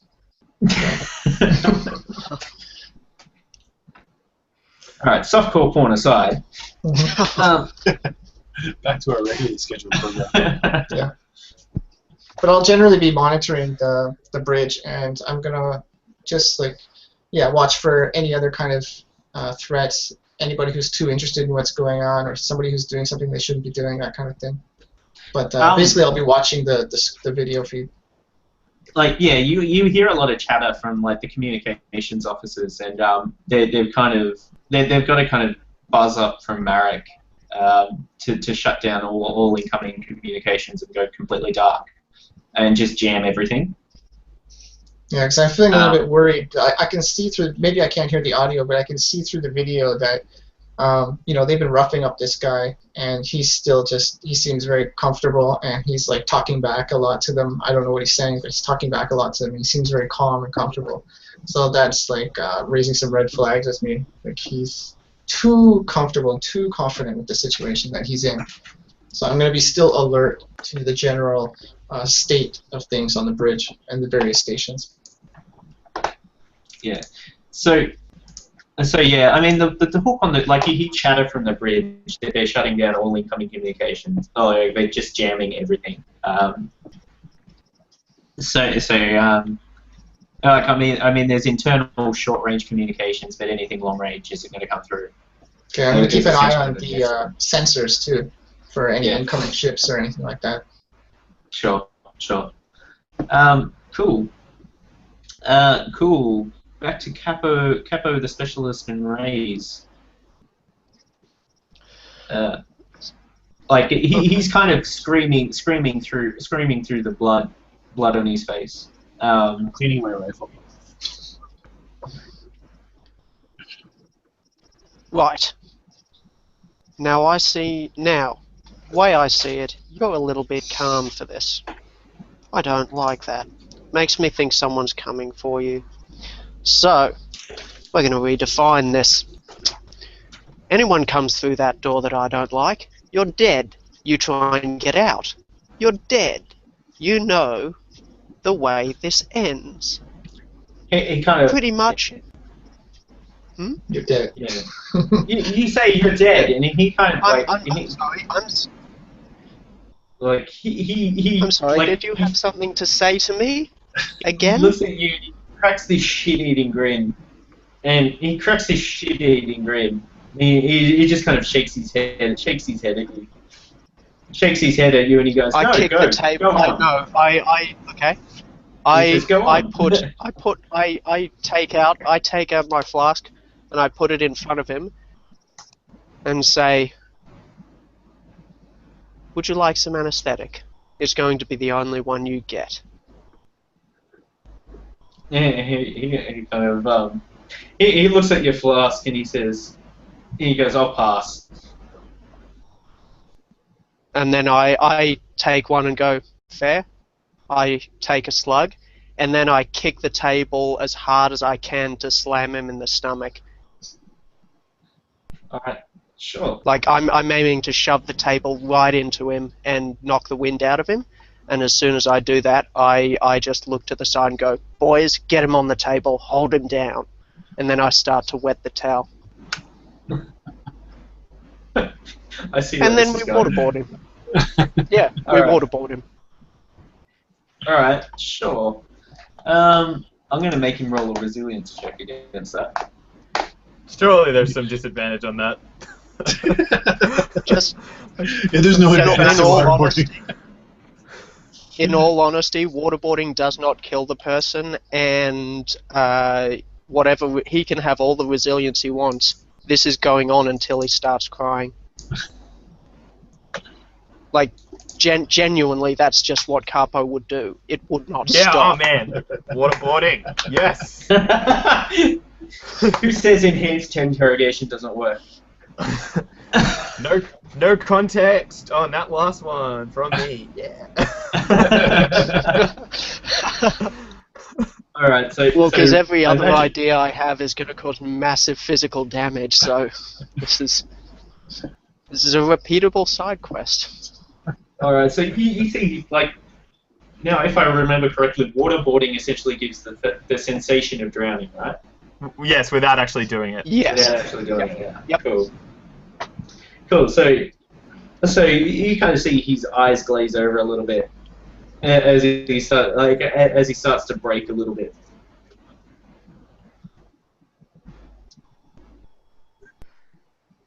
Okay. Well, we're just repeating cycles. Like, he would get to the point of passing out from drowning, and then you take the towel off, and then he wakes up, and then you do it again. That's Sure. So like, this is.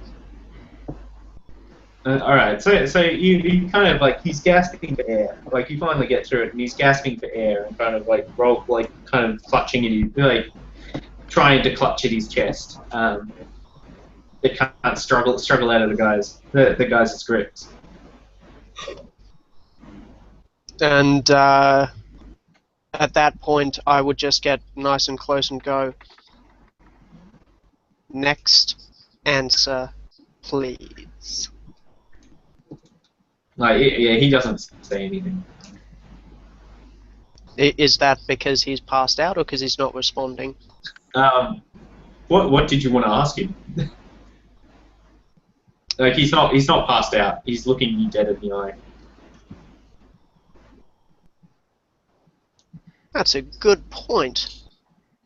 Gentlemen, what do we want to ask him? Why did he kill Akdan? Number 2, did you bomb the ship? Number 3, what is the code? How do we crack the code? Korto's not there though. Yeah, it's sort of this is a sorry. Yep. I mean, like this is the thing though. Is like if he's like sort of like resisting sort of thing, I feel like we don't have to ask him any specific questions. He knows the information we want to know, sort of thing. You know what I mean? Like, so it's just going to be like, just tell us everything. As a side note, how does Korto feel about this?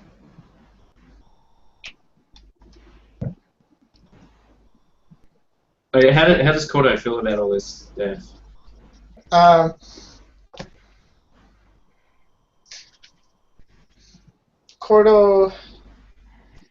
Korto's okay to let this continue for now for two reasons. Because one, he's still angry over the death of Akdan, and this is our first direct lead that we have to finding out either confirming that this guy actually did it. We suspect that he did it, but we need him to confess. So we need to know that for justice to be served. But at the same time, there is also the threat to the ship, and we need to know what the connection is there. So, or if this guy's working alone, what's the big picture here? What's the end game? All this kind of stuff. But mainly, he's just angry about what happened to Akdan, and he feels almost kind of relieved a little bit, actually, that he's not directly there, because he would feel more conflicted if things get out of hand, morally speaking. Yeah. But right now, he feels kind of like he's kind of neutral on it. Like I said, he's still angry, and this guy's responsible somehow. He's got some connection to what's going on. So he's actually, if anything, he's getting impatient right now. Like, he's wondering why he's been sidelined, and like he could have, like, it's obvious that the interrogation's not working, and so he's thinking he should be there, and he should at least be reading this guy's thoughts when the questions are asked, and he doesn't know why, like, the other guy sidelined him when he has that function for the group, that advantage. So he's kind of like feeling a little bit impatient and frustrated with this, but he's trusting them to get the job done anyway. So far nothing's too out of hand. I mean, they just like cut him and punched his face, and that kind of stuff. Like, this is standard. This is standard for Capo. I mean, until the hot knife comes out and the guy's pants cut off, this is nothing he hasn't seen from Capo. What I mean? So I'm going to give you a bit of conflict for that one. Okay. I'm going to give you 2 conflicts for just letting it happen because you're angry about Akdan. Yeah. And if anything, I'm feeling impatient. Like, it's taking too long, and it should be done faster. I just had to pull up your character sheet to see what your morality was, but that's okay. Okay, so 1 conflict. 2 conflict for that one. Okay. It's kind of standing by when there's something you know is not right. And going on.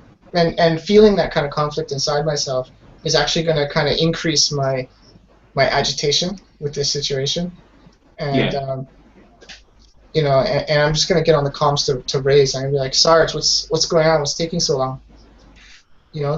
Are you sure you don't need me? Like, this could be done. This could happen faster. We could get the information we need if I'm there. It doesn't have to be drawn out like this. I'm gonna off comm for a quick second. I'll turn on the hold on a moment. I'll go off comm for a second and look at Capo and say, the kid's got a point. There's kind of 2 levels to what we're doing here. If you know what I mean, Capo. One is the information, and the other is, he kind of just gives the glance over, like knowing that it's about killing this guy for messing with his team. And I say, what do you think? Can we do the first quickly, or that's kind of like leave it hanging with that? I got no problem with the kid looking at the guy's head. He's not too busted up yet, and I kind of thump this guy's chest as he's choking for breath. Don't want him here for the finale, so to speak. I got a fate for this guy that's downright religious. I kind of I click back on the comm and I say, all right, Korto, we're going to go with your idea. I'm going to come up there and relieve you, and we're going to switch positions. So I want you to come down, and I make it very clear, and like, Capo is in command. All right, roger that. So yeah, I will go up to the bridge and switch places with Korto. Technically, Rick's up here when you come up, so he can watch things.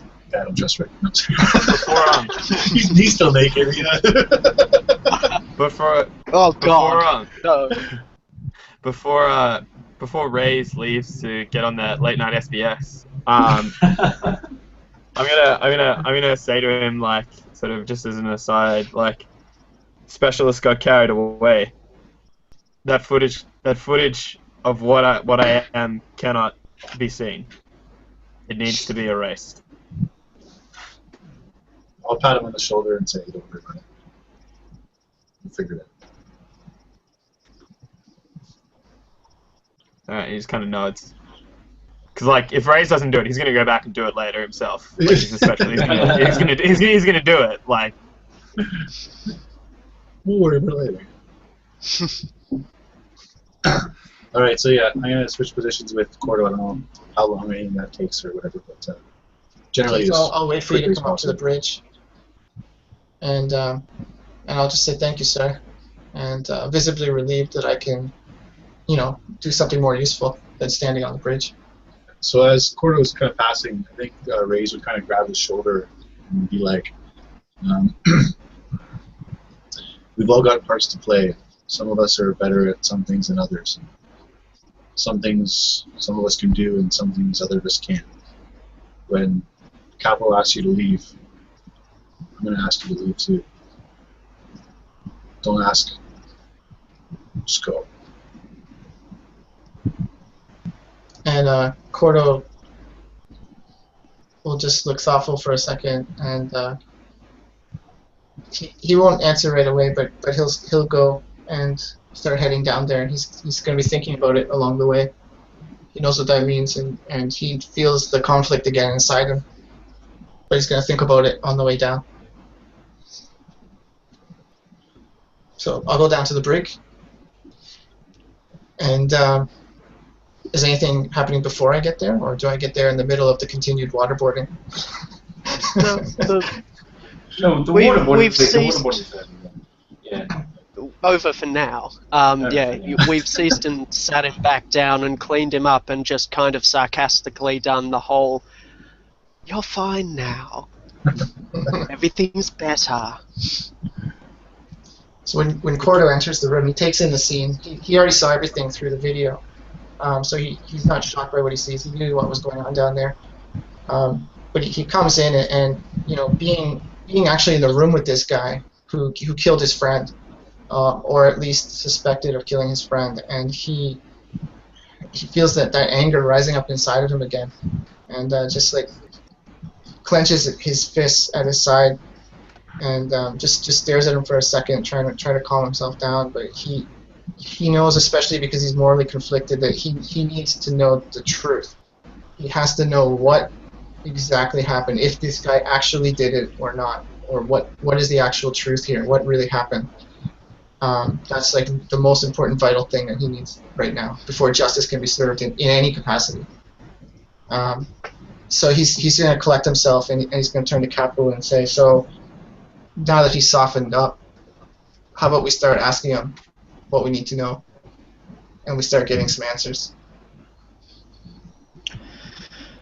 Fair dues. Why don't we start from the beginning from us? Why the bomb? He says, "Why not the bomb?" And Are I'll, you I just- really I- this stupid? I just turn and stare at Capo, like, just like he remembers the face underneath, and it's just like,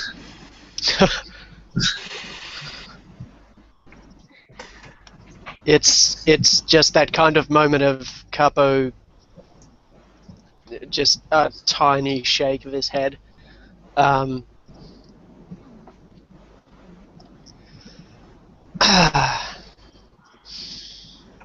Why Akdan?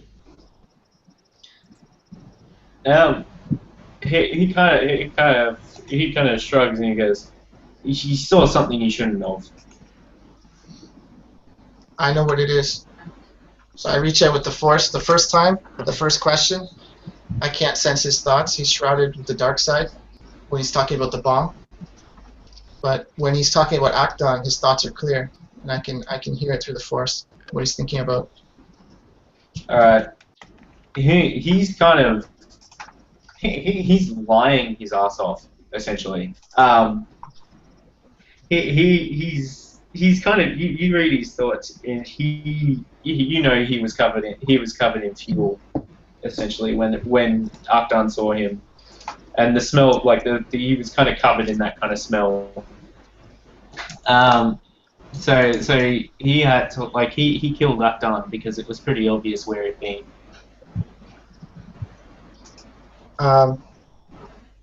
So I'll turn to Capo and I'll say, Akdan caught him, red-handed, so to speak, after the bombing. Akdan found him, connected him to the bomb, and that's why he killed him. That's Fair. why our friend got gunned down. And then I very calmly kind of go to Hoprax and say, see, we pretty much already knew that. We didn't have to ask you that. But you made us, and you lied. And that's going to cost you pain. And then I grab the arm that's been sliced, which is still bleeding, and I jam one of the acid stim packs into it to cauterize the wound. What's the Alright. visual effect of that? Bubbly arm. Yeah, does something Probably, yeah. grotesque happen? Like it's, yeah. Or does he just scream and that's it? Because it's gonna matter. It's gonna matter to Korto. Like the visibility and the magnitude of his suffering is gonna be influential on Korto's conflict. Right. He completely offed his resilience roll. So he's essentially twitching mass bent over the table. At this point, screaming.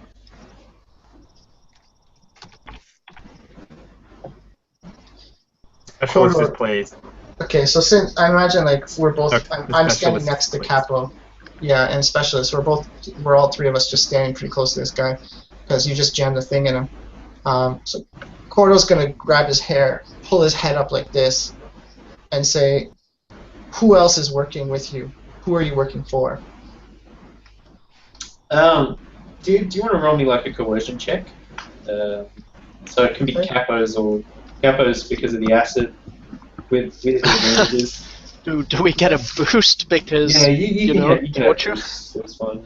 Yeah. Who's got? I've got 1 yellow, 2 green. How's your coercion, Dev? I just got 2 green. Okay, I'm not very intimidating. You can have And, two boosts. 2 boost. Okay, Yeah. But you could just say like, Yeah, you know, yeah. answer him or something. All like over that, it. right? 3 successes. And he kind of stops for a second and think, he looks like he's thinking pretty hard about how he's going to word this. And he kind of says, "We're not so different, are we?" And I know what he's thinking through the force when he says that. He's essentially, you can feel the kind of struggle in his head. He's trying to convey. He's trying to convey it. He's trying to make it obvious without saying it. Essentially, But in his mind, it's obvious. It's under the in gun. its mind, it's pretty obvious. He's with the Empire. He goes, for people that portray yourselves as virtuous, he says, you just sliced my arm off. You just sliced my arm off and injected cleaning acid into it. And he says, He doesn't. "Yeah." Oh yeah, he did say it. No, yeah, never mind. He says the Empire. He says, I thought you guys were trying to set yourselves apart from the Empire. As he kind of. I'm just gonna. No. This is too much real anger for the specialist. And the specialist is just gonna like come in, just real close, and just be like, nothing that we have done here today is like the pain that was inflicted upon my pack by the Empire. So don't lecture us on the morality of this. Because by God, if you do, I will make sure you suffer the exact same way that they did. And the way that I did while I felt it. he kind of like sits back a bit from you, and he says, "So why are we here?" Because you have information. That's it. That's really it. As soon as you give us the information, we can leave. Or, you know, you can keep taking up my time. And I'll just shake his head again, and I'll be like, how many other Imperial agents are on this ship? And you can see, like, Korto's really trying to hold himself back right now, but... Alright, do you want to roll me... I assume you're trying to probe him at this point. Yeah. I mean, I'm speaking verbally, but listening mentally.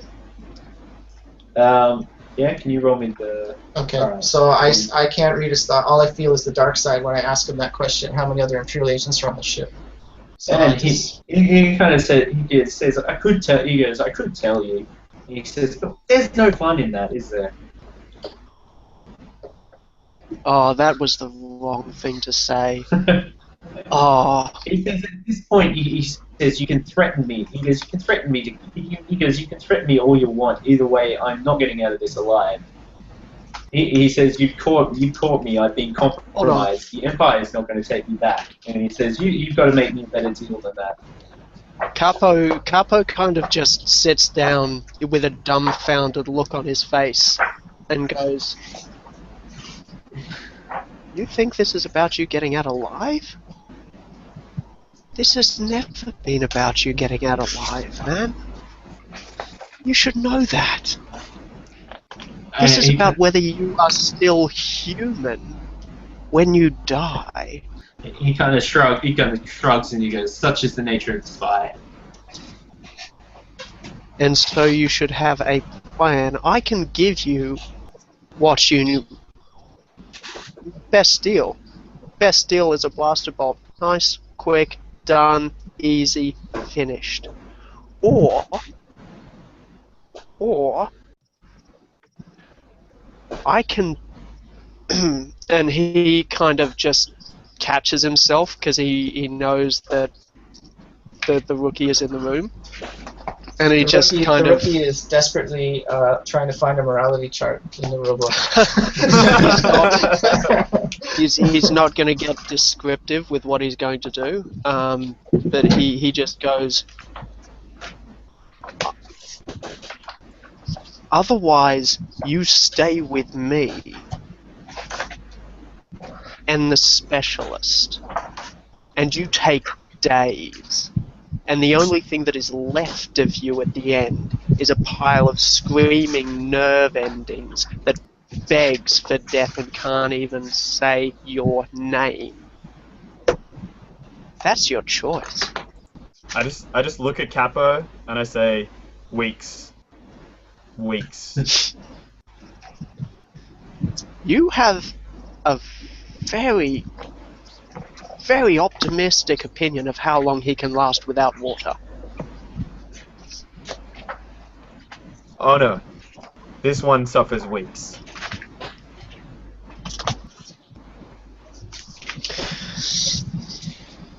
Okay. You know, I find myself inclined to agree with the new guy.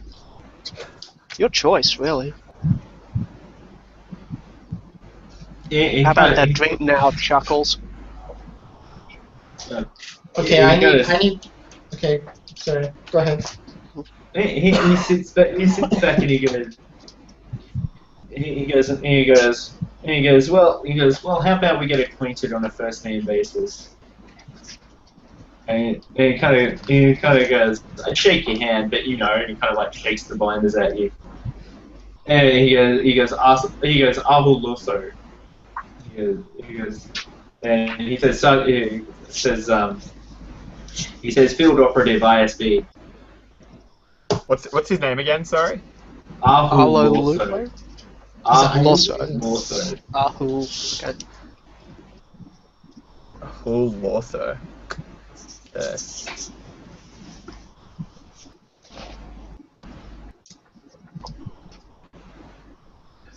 And Korto will say, now that he's confessed to everything, we are duty-bound to find out the extent of the security risk to this ship. If you know what I mean. It's not just personal anymore. It's also our duty to find out how many other Imperial agents are on this ship and who they are. Are you saying Korto has found a morally justifiable reason for torture? Is that I'm saying what you're Korto found a morality chart in the rule. And it looks like unnecessary things are problematic. But since Korto is a soldier in the rebellion, there is a legitimate security risk that he is duty-bound as a soldier of the rebellion. They do require information. Oh, that's some impressive rule lawyering. I respect that. Because he is a force user for the light side, but he is also subject to duty and the laws of Age of Rebellion as a soldier.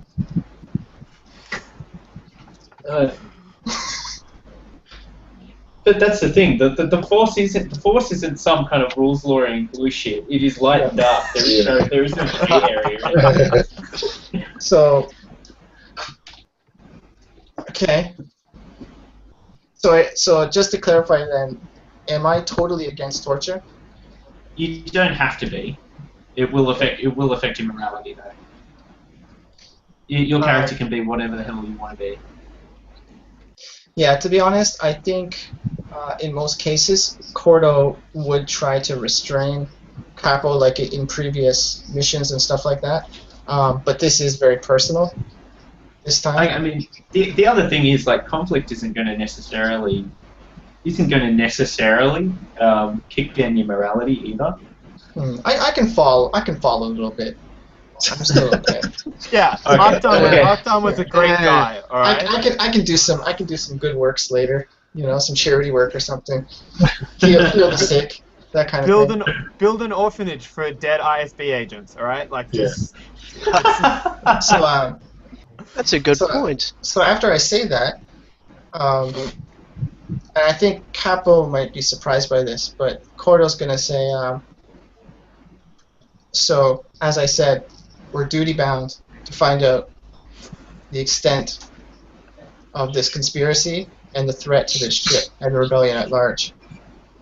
So I'm going to go take a walk and report to the Sarge what we found out, and to Commander Merrick as well.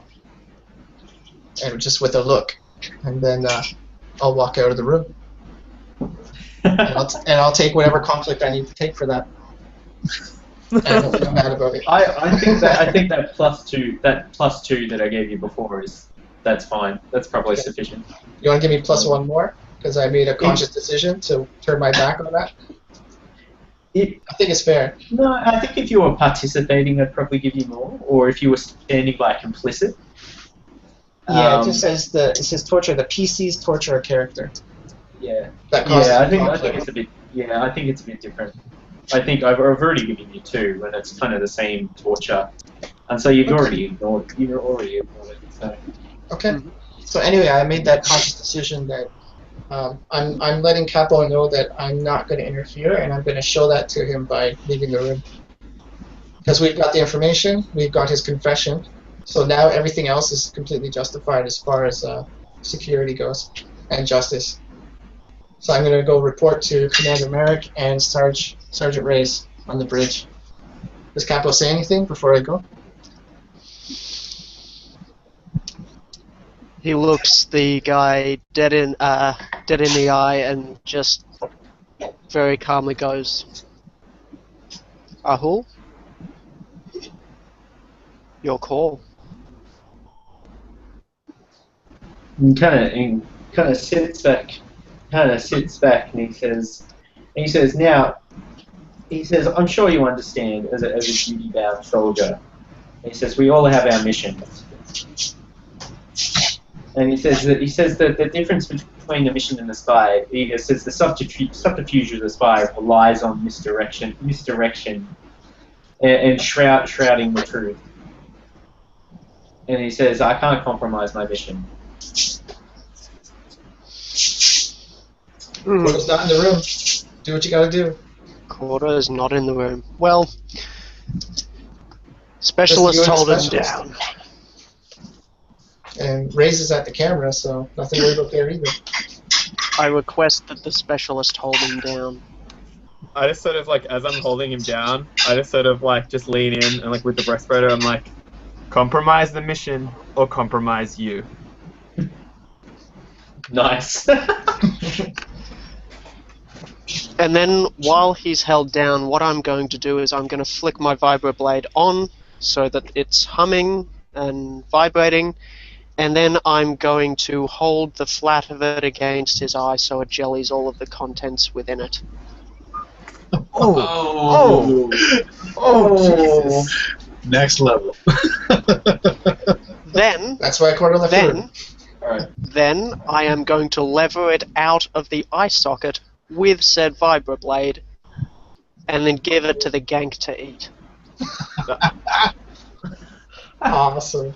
This is the part where Disney just goes, oh my fucking god. Yeah, just somewhere somebody's head is. Rebel, season 3. We can never support these guys. Like, I set down my popcorn. In my defense, I haven't really sworn that much yet. We never said this was a PG-13 campaign. Yeah, it's still Disney. It's still Disney. Yeah, It's still this is the situation where if it was the Deadpool movie, they'd just kind of twitch the camera away. Alright, roll me coercion.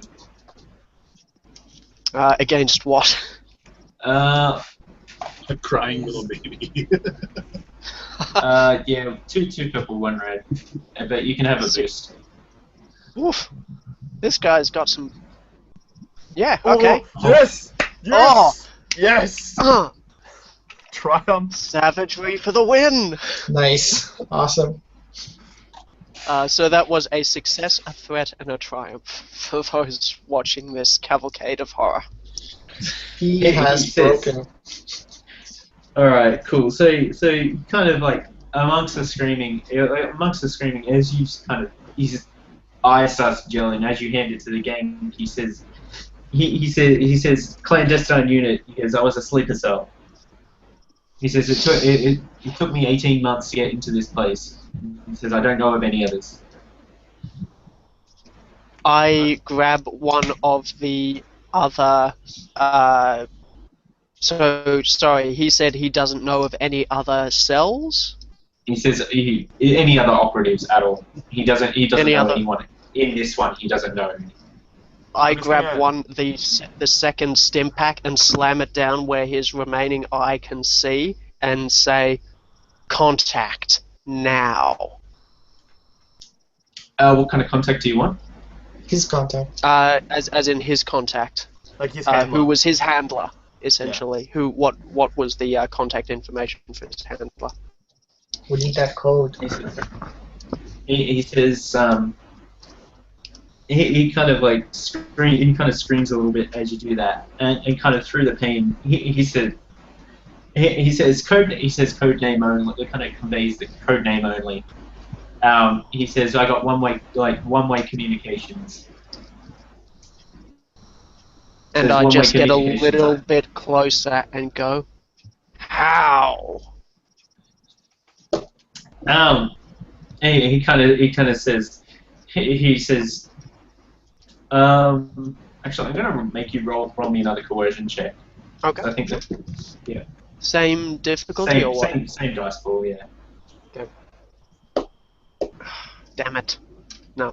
So 2 advantages. And he said, he says you're not up. He goes, you're not up on spycraft. He goes, you're not up on tradecraft. And he says, this is my bread. He goes, this is the bread and butter. I just lean back and take in a big breath through my nostrils and go, "Specialist, put the table up." And as the specialist is putting the table up, and I just kind of toss him to the side, I go up to him and start pulling out a genuine stim pack for my equipment and start talking to him like, we used to find our mates in the jungle. These monks had a real thing for torturing some of our squads.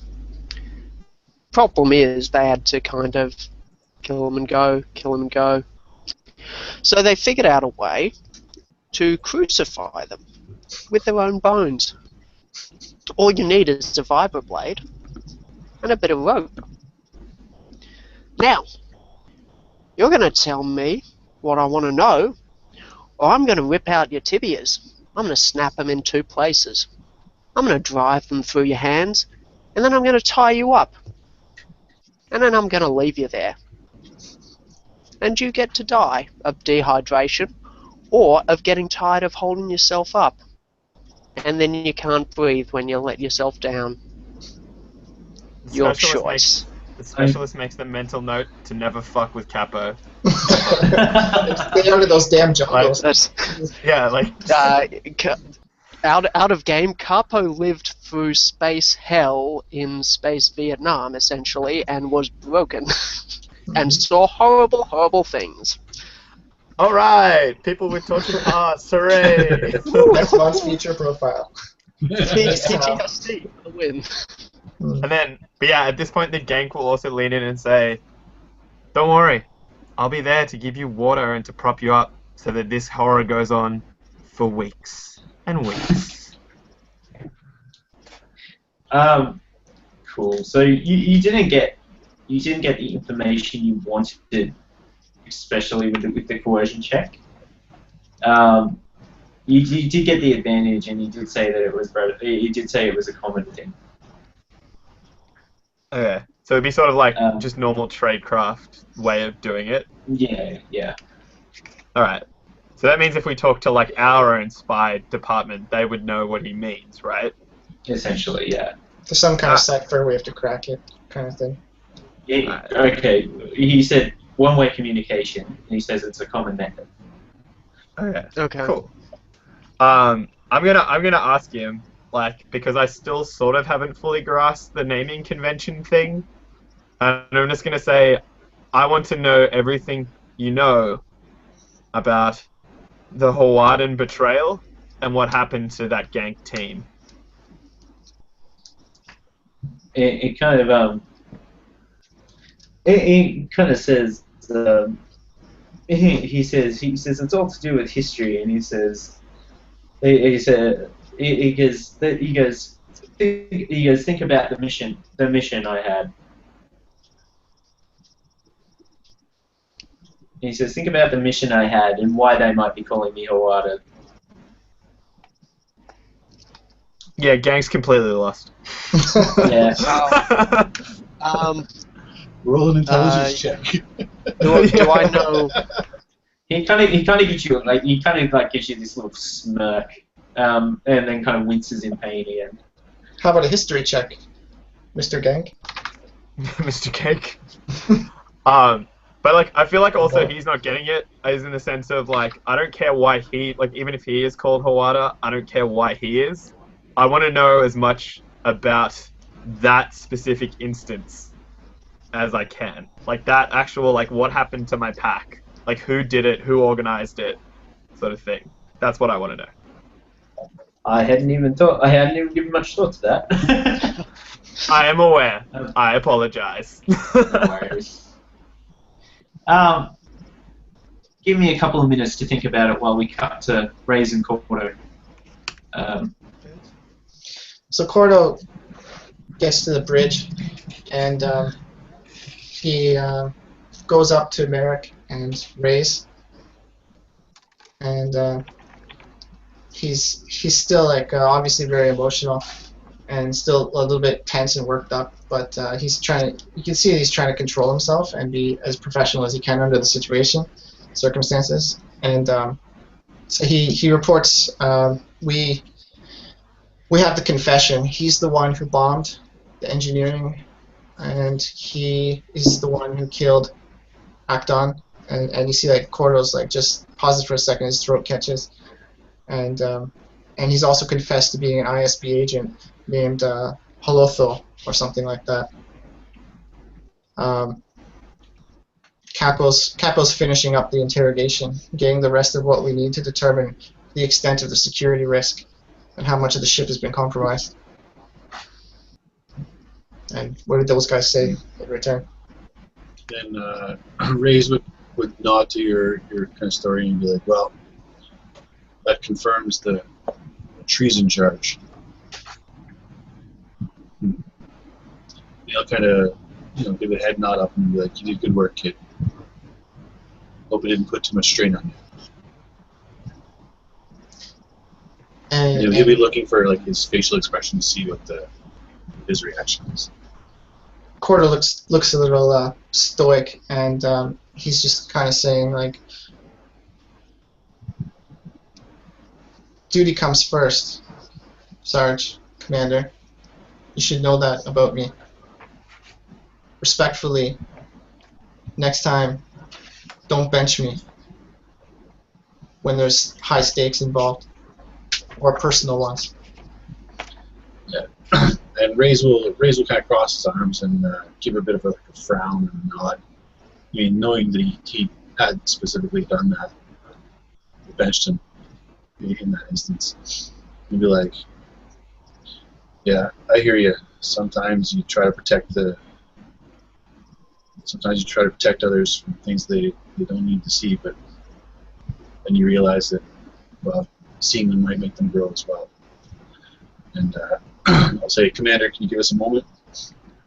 And I'll walk Korto kind of in another area of the bridge where it's not kind of so crowded, and be like, I'm not one to bring out a lot of emotions or anything like that. Korto, as you probably know, but I was trying to do it for your own good, and I apologize for that. I understand, and I appreciate it. But I'm a member of this squad as much as anyone else. I have the same stakes, the same investment. And when someone takes out one of our own, I want to be there when we find him. And to be honest, or to be frank, permission to speak frankly, having me there got the information we needed a lot faster. So I just hope, you realize that in the future that whatever has to be done, I'm going to do it, whatever the cost, even if it's a personal one. And I can take it, whatever has to be done. And Raize will kind of reach up and like touch the scarred part of his face and be like, yeah, a lot of times there are personal costs, and we try to protect others from them. So it's a part of our duty too, but you've earned your place. You've earned the right to choose. You'll have it from now on. Thank you, sir. And as a last little thing, I'll kind of clap him on the shoulder to kind of break a little bit of the tension, and then be like, and speaking of that, I believe there's still a inkling of doubt that you had about I'll kind of glance over at Merrick, member of the crew. Maybe you want to take care of that so we can get that out of the way too, and stay focused on our job. Yeah, so when, what's Merrick's response to my report, my situation report? Steven? So I update him on all the confessions that we got from him and the evidence. So he kind of says, he says, he goes, are we sure that we're safe? I'm not sure I follow, sir. What was safe? And he says, well, Hoprak said he organised a lot of these connections. How do we know they're not compromised? He says, how did you get that ordinance onto the ship? Well, I believe that's what the remainder of the interrogation is for. I'm not sure Capo's asking those specific questions. You might want to update him if there's some particular information that you would like to know. But I know he is making progress, and we are getting information. And so I'm reaching out with the force while I'm kind of doing this stall tactic conversation. And what am I feeling or what am I sensing from Merrick? Feelings or thoughts? Sorry, his thoughts. Sorry, his thoughts. All right, is that most recent one? Yeah, the one at the top there. I rolled that while I was talking. Cool. You feel like you're worrying. Like he seems more concerned. It's concerned, and you're pretty sure he's feeling pretty isolated. Like he's thinking about how many of the trading partners that he and this cell has kind of worked to operate or work to maintain. Like how many of them can actually be trusted now. Okay, so it's not like a oh shit kind of worry. It's more like just like a professional concern as the commander of the ship. Yeah, it's more of a concern for his men. Okay.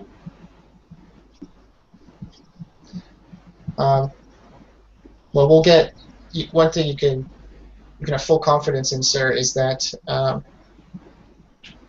my squad gets results, and we'll get whatever information there is to get from him. He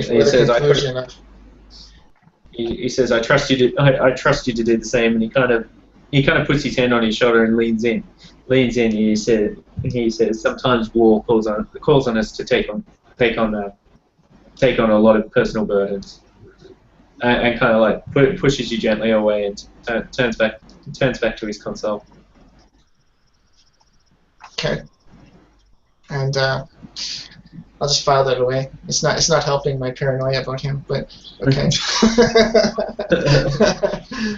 So I'll say to Sarge, do you want to update Capo on what the commander wants to know, or should I actually go back I look at him directly and I say, "What do you think we should do? Do you want to go or should I go?" And I'll just be like, I think the comms work just fine. Fair enough. All right. I again, not being in the room when Korto had the conversation with the guy, I'd say, well, what are your feeling on the fact that there being more on the ship that we can't trust? Well, that's what the commander thinks. He thinks that if it's not necessarily our own soldiers, still he had contacts with other people, other trade organizations. He was involved with a lot of different things, and so we can't know for sure how the full extent of what has been compromised by the Empire or not. So Yeah. he's concerned about that. We never had a chance to talk with you and the specialist about what your results were on your sweep in the tavern fully. But was there anybody else on your list? I think we flagged somebody, didn't we, Stephen? There was somebody like we marked on our list. There was someone who was really angry with Marek. Yeah, that's right. That who you're thinking of? Yeah. So I would relay that there was this one individual who had some hostile thoughts about the commander, but we didn't get a chance to follow it up before all this happened. Do you also relay to us the questions that Marek sort of hinted at? Yeah, I'm kind of waiting for Raaze to do that as the senior officer. Yeah. And Sarge, we also need to know the cipher for the code. If I mean, we can try to get our own men to try to crack it, but if we can get him to crack first and just tell us how the code works, it's gonna save a lot of time. Yeah. All right.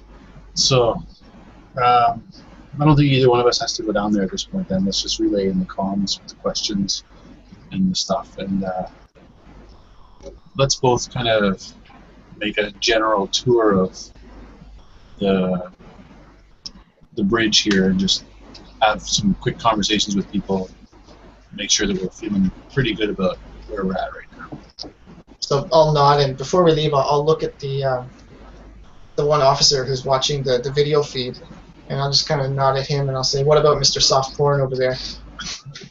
I think out of respect to the specialist, I think we should cut off his entertainment. I say, don't worry about that. I've got a plan for that in just a second. Okay. We're gonna have to get rid of that PO. It won't be that difficult to do. So, yeah. So take a look around here. I'm gonna set up by the door, and I'll just calm in with the other guys. Yeah, we got some more questions from Merrick. Yada yada yada. Sorry to interrupt your fun, Capo.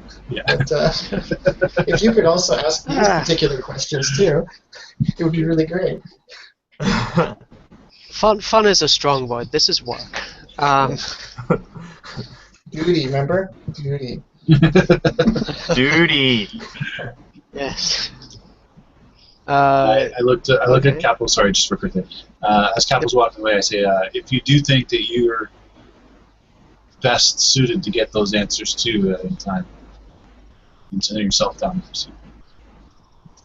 If Capo needs me, I'll be there. You can count on me. And that's open comm as well, so you guys can hear that. And back to you. Back to you guys. Okay. I would kind of Passing priority. I would kind of be listening to that, and there would be a moment of contemplation, I guess. And I would just squat down really close to the Imperial spy, and I would say, my end of this conversation is that frame behind me. And I've told you what's going to happen when you go up there. Now I'm going to bring a friend down, and you're going to answer all of his questions. Because if you don't, we go further down that path.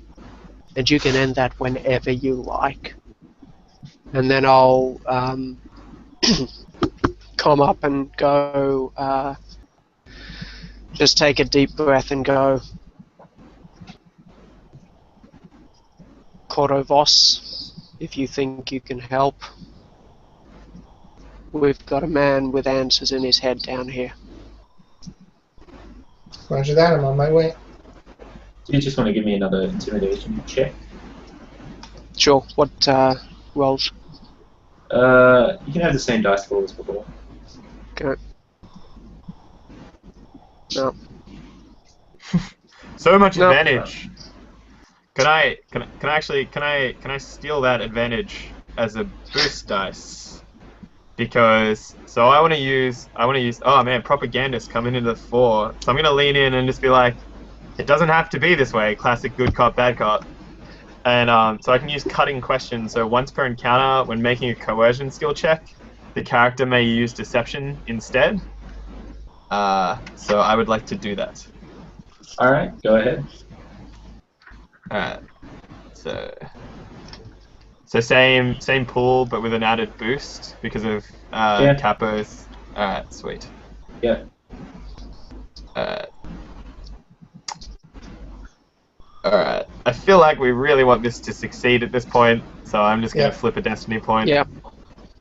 For it. One way or another, we get the information. Oh yeah, Oh, double nice. success. Awesome. Very Trip- nice. Triple advantage.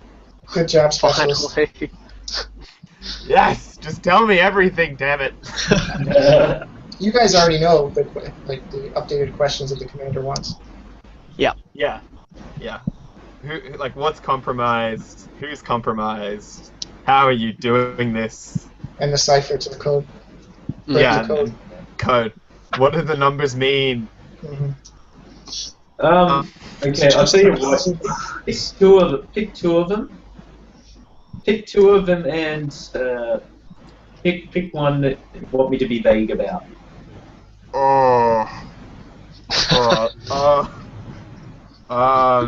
What do we as a group think would the best be to be vague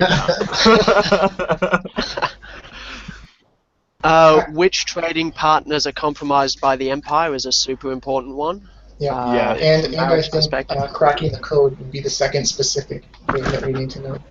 I feel like that's right. So whatever the third one that isn't those two, be vague about. Okay, so you want to know who's compromised, Yep. Yeah, the trading partners, whatever. The people he dealt with. Yeah. The key to cracking the code. Yeah, and to how to crack the code. That's it. And what's the vague one? Anything else? Anything else fake? Anything else fake? Yeah, anything else other than those two things. Shit.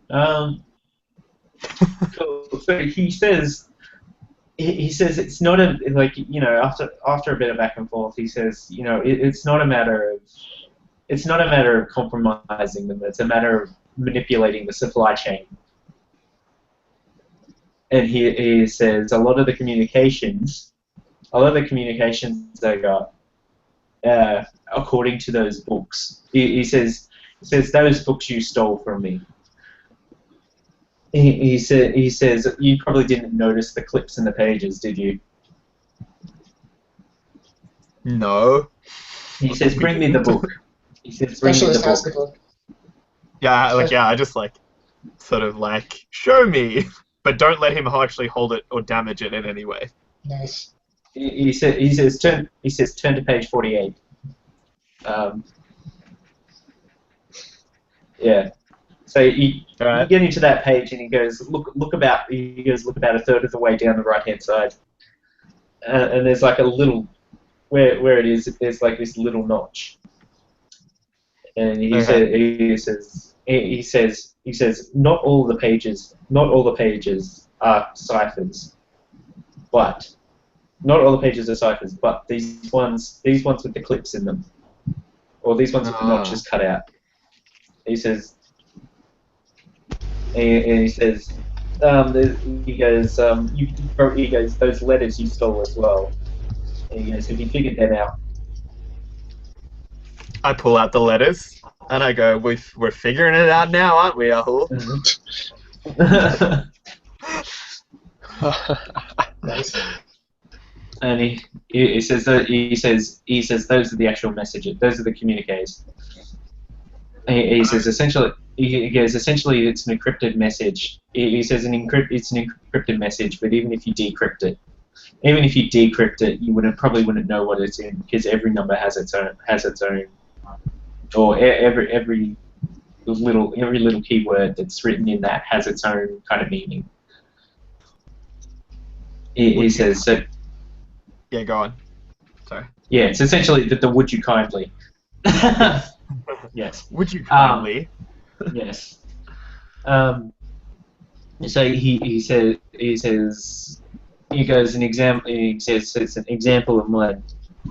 He says an example of mine. He says he says for example death. He says for example death means there's a pickup. He says if that decoded message says death,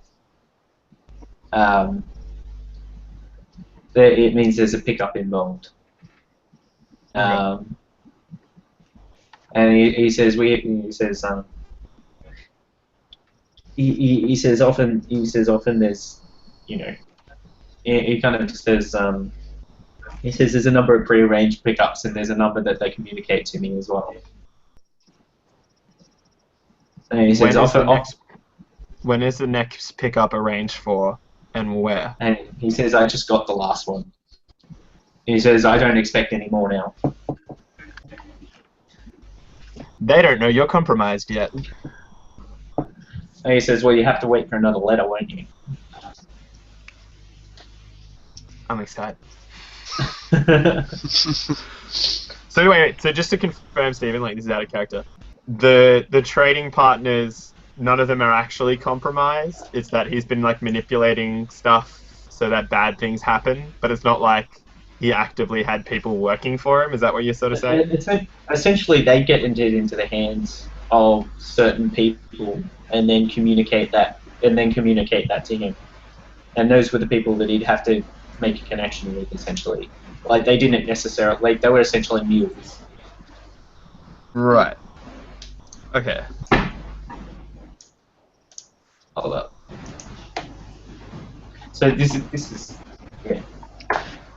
That's essentially what I was ripping off with the letters.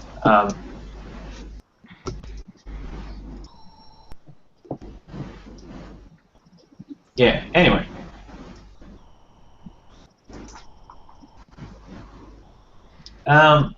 Cool. So, where are we? And vague thing. So that kind of wraps up who's compromised, how the code was broken. What do you want with those advantages? Is there anything minorly useful that we can know? Any other bombs? Yeah, or like any nearby Imperial, like soft spots or spites or I don't know, just something we can take out. Specialist is pissed, said- man. Alright, so he says, he kind of smiles and he says it wasn't a bomb. Sure looked like a bomb. Oh, he's talking about his pickup. It wasn't a bomb. Okay. How are we doing for time in terms of Korto showing up? Do we have more time before he shows up? I think I probably would have used all of it. Ah, okay. Damn. Well, I mean, you can take an extra second or so to do whatever you want to do before I come into the Nah, it's all good. At this point, it's kind of him making the psychological choice between taking the way that doesn't involve being crucified and being crucified. That's basically it. Yeah, we've given him all the options at this point. He knows where like not talking to us leads. So Yeah. Like, I mean, at this point, maybe I would kind of look at him and sigh and start setting up the ties on the on the table, like waiting for Korto to arrive, just as a set piece. But that's about it. I think probably, Raize, you probably come with me too, right? No, I stayed on the bridge. Did you? Okay. Alright, so anyway, I'll come into the room, and I see the crucifixion station being assembled, and In our defense, you don't know what it is. I don't Okay, think. I Have you see, heard what it is? I see a table being uprighted and some ropes being Yeah. strung up between the table legs, or however you're doing it. I'm not really sure. Yeah. And but whatever it is, I know it's not good. So Yeah. So I'll come in the room and I'll say, okay, how did you make out? Did you get what we need, or do we need to keep asking more questions? We got the cipher. We got how he's been manipulating the supply chain. He's being cagey on how he caused the explosion, though. Seems to say it wasn't a bomb. Be nice to know what acts like a bomb isn't a bomb. So he's listening while we talk about this. And as I reach out with the force while we're talking about the bomb, what's he thinking about? yeah, let's abuse that mind reading power. Yeah. Yeah. That's what I'm here for. That's what I was called down to do, right? Yeah, that's it, man. I'm gonna flip jam bullshit. I am. Ooh. Uh-oh. Damn it, I'm GM. gonna give him a Curses. discipline roll to get out of it. So this is him trying to clear his mind and just not think of anything. Okay, so he failed to do that, right? Yeah. And he got personal threats? Two threats. Can I suggest something? Yeah. He Can I is scared? No, can I suggest that I feel him trying to resist? Ooh.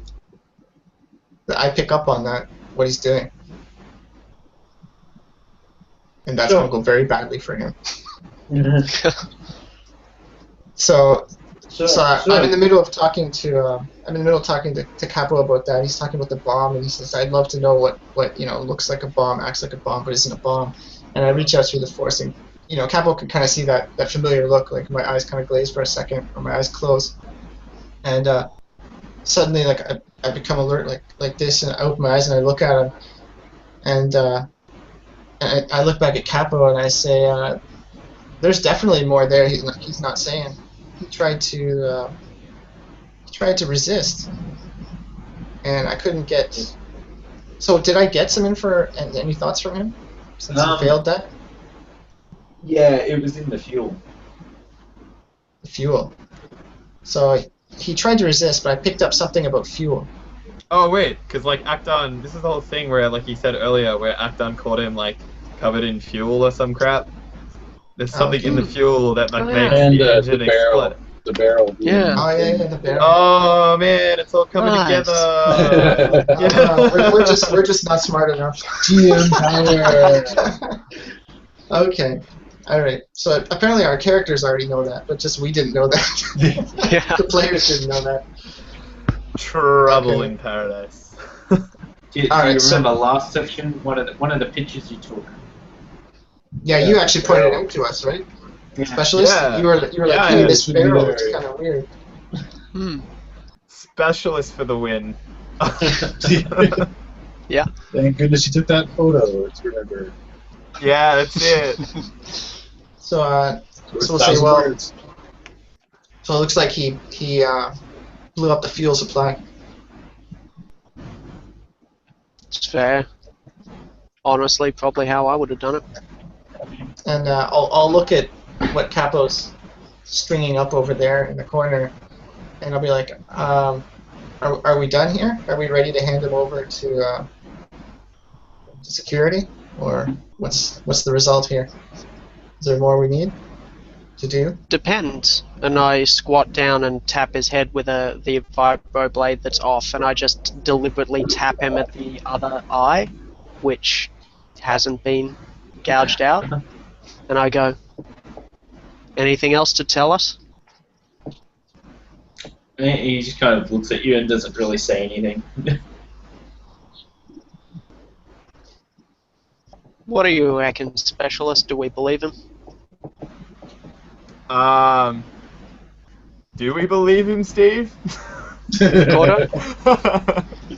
It's up to you. Korto? Do you believe him? What are you getting from him? Okay, I'm gonna check. I guess what would it be? It would be like vigilance, wouldn't it? Yeah. Okay. So do I feel like I can believe him, or like do I feel like we're Well, done he here didn't from say him? anything. Yeah, like do I feel like what's he think? Like do I feel like there's nothing more we can get from him here, or is he just thinking like what is he thinking in general? He's thinking of the time as a teenager. It's a Late pretty night girl. SBS. Because Get me the name of I mean, his like- first love, that I may torture him with it. Like Capo's so threatening him and saying like, "Did you tell us everything?" Basically. he's very, Yeah. very deliberately. He's very deliberately trying to keep his mind clear. But you But he's see- failing. Like you can see in his head that he's thinking about a group of other humans. Oh wait. Ooh, that's juicy. Like no, they're not like in military uniform or anything, and they're not anyone that you've seen. Ah. That you've seen before, but they're kind of like it looks like they're sharing a meal together. Do I have a visual image in my mind of the people he's thinking about? Yeah, it's kind of fleeting, but Okay, Yeah, I'd like to do some kind of check, either a knowledge check or whatever you want to say, for if I can recognize their fashion or something like that and attribute it to a certain planet, location, that kind of thing. Sure. Give me Or even just like a knowledge. climate, like they're wearing desert garb or they're wearing like Hoth, parkas. Like whatever. Sure. Give me knowledge out of it. Okay. Flipping. What's the thing? The difficulty. I'll say 3 purple. Okay, what I'm looking for here is, I'm trying to identify as much as possible the location or some distinct trait that can help us track down these people that he's concerned about. Okay, 3 purple.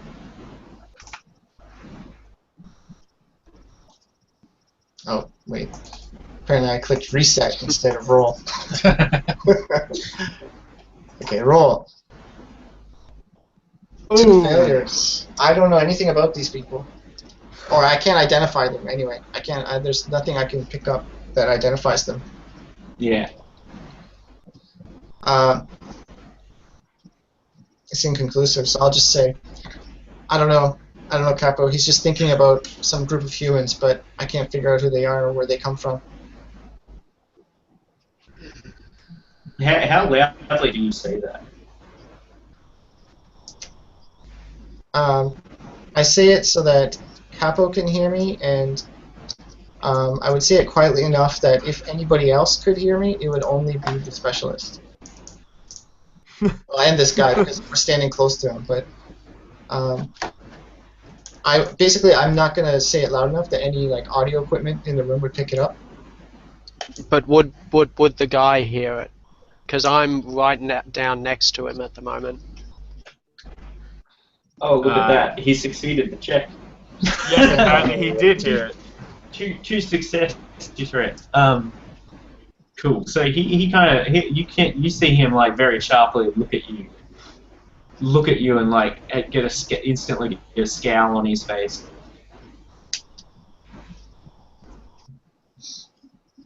It doesn't concern me. Doesn't bother me. So, who are those people? I'll just ask him. You know, while that blade's being tapped in front of his eye, still, I'll just say, who are those people? What do they mean to you? And he kind of says boss. And he says one of the others referred to you as boss. And he goes, I've heard that name somewhere. Yeah, it's a name that's well known in the galaxy. When's the last time you heard that name? He says, I can't put my finger on it. Do you think the tip of a vibroblade could put something on it? And he says, he kind of says, I think, he says, he goes, if I had to guess, it would be the Clone Wars. That's the last time you heard that name? And he says, I believe so. Wow, you've been busy for a while. And he says, oh no, he goes, I'm not old enough to remember the Clone Wars.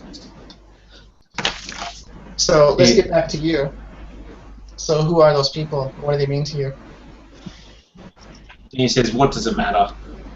Exactly, so you might as well just tell us. We're past the point of playing games now.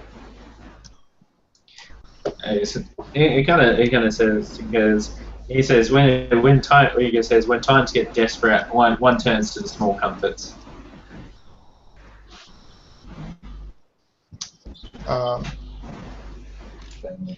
He is a human, right? Yeah, he's human. Okay. Where are you from? Uprax, or Holoth, or whatever you call yourself. Arlof? I don't know. I didn't write down the name. Just noticed like something like that. There was a I was from Agent. Agent. Generic where are you meat from, bag Agent? number 7. Soon to be Capo. No, come on. He's not generic. He's been thoroughly annoying to everyone.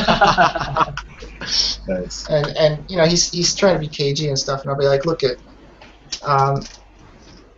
Believe it or not, I'm brought down here to get the answers we need the easy way, which is a lot better for you than the hard way, which I think you've already experienced a little bit of, and that's my friends here are quite happy to continue.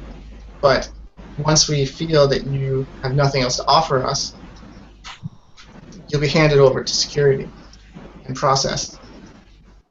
He kind of You to play games, then my friends here continue asking questions, and those questions start. He says, he kind of looks at you and kind of smiles a little bit, and he says, are you sure it's a good thing? Are you sure it's a good idea to humanize someone you're about to kill? And he goes, wouldn't it be better to keep you faceless, so you don't have dreams about it later on? Nobody's killed you yet. If you still prove useful. And he says, you wouldn't find that. He says, this is information you wouldn't find useful. He says, I can tell you, but once I tell you, I can't. He says, I can't really go beyond it because I can't really take it back. What does that mean?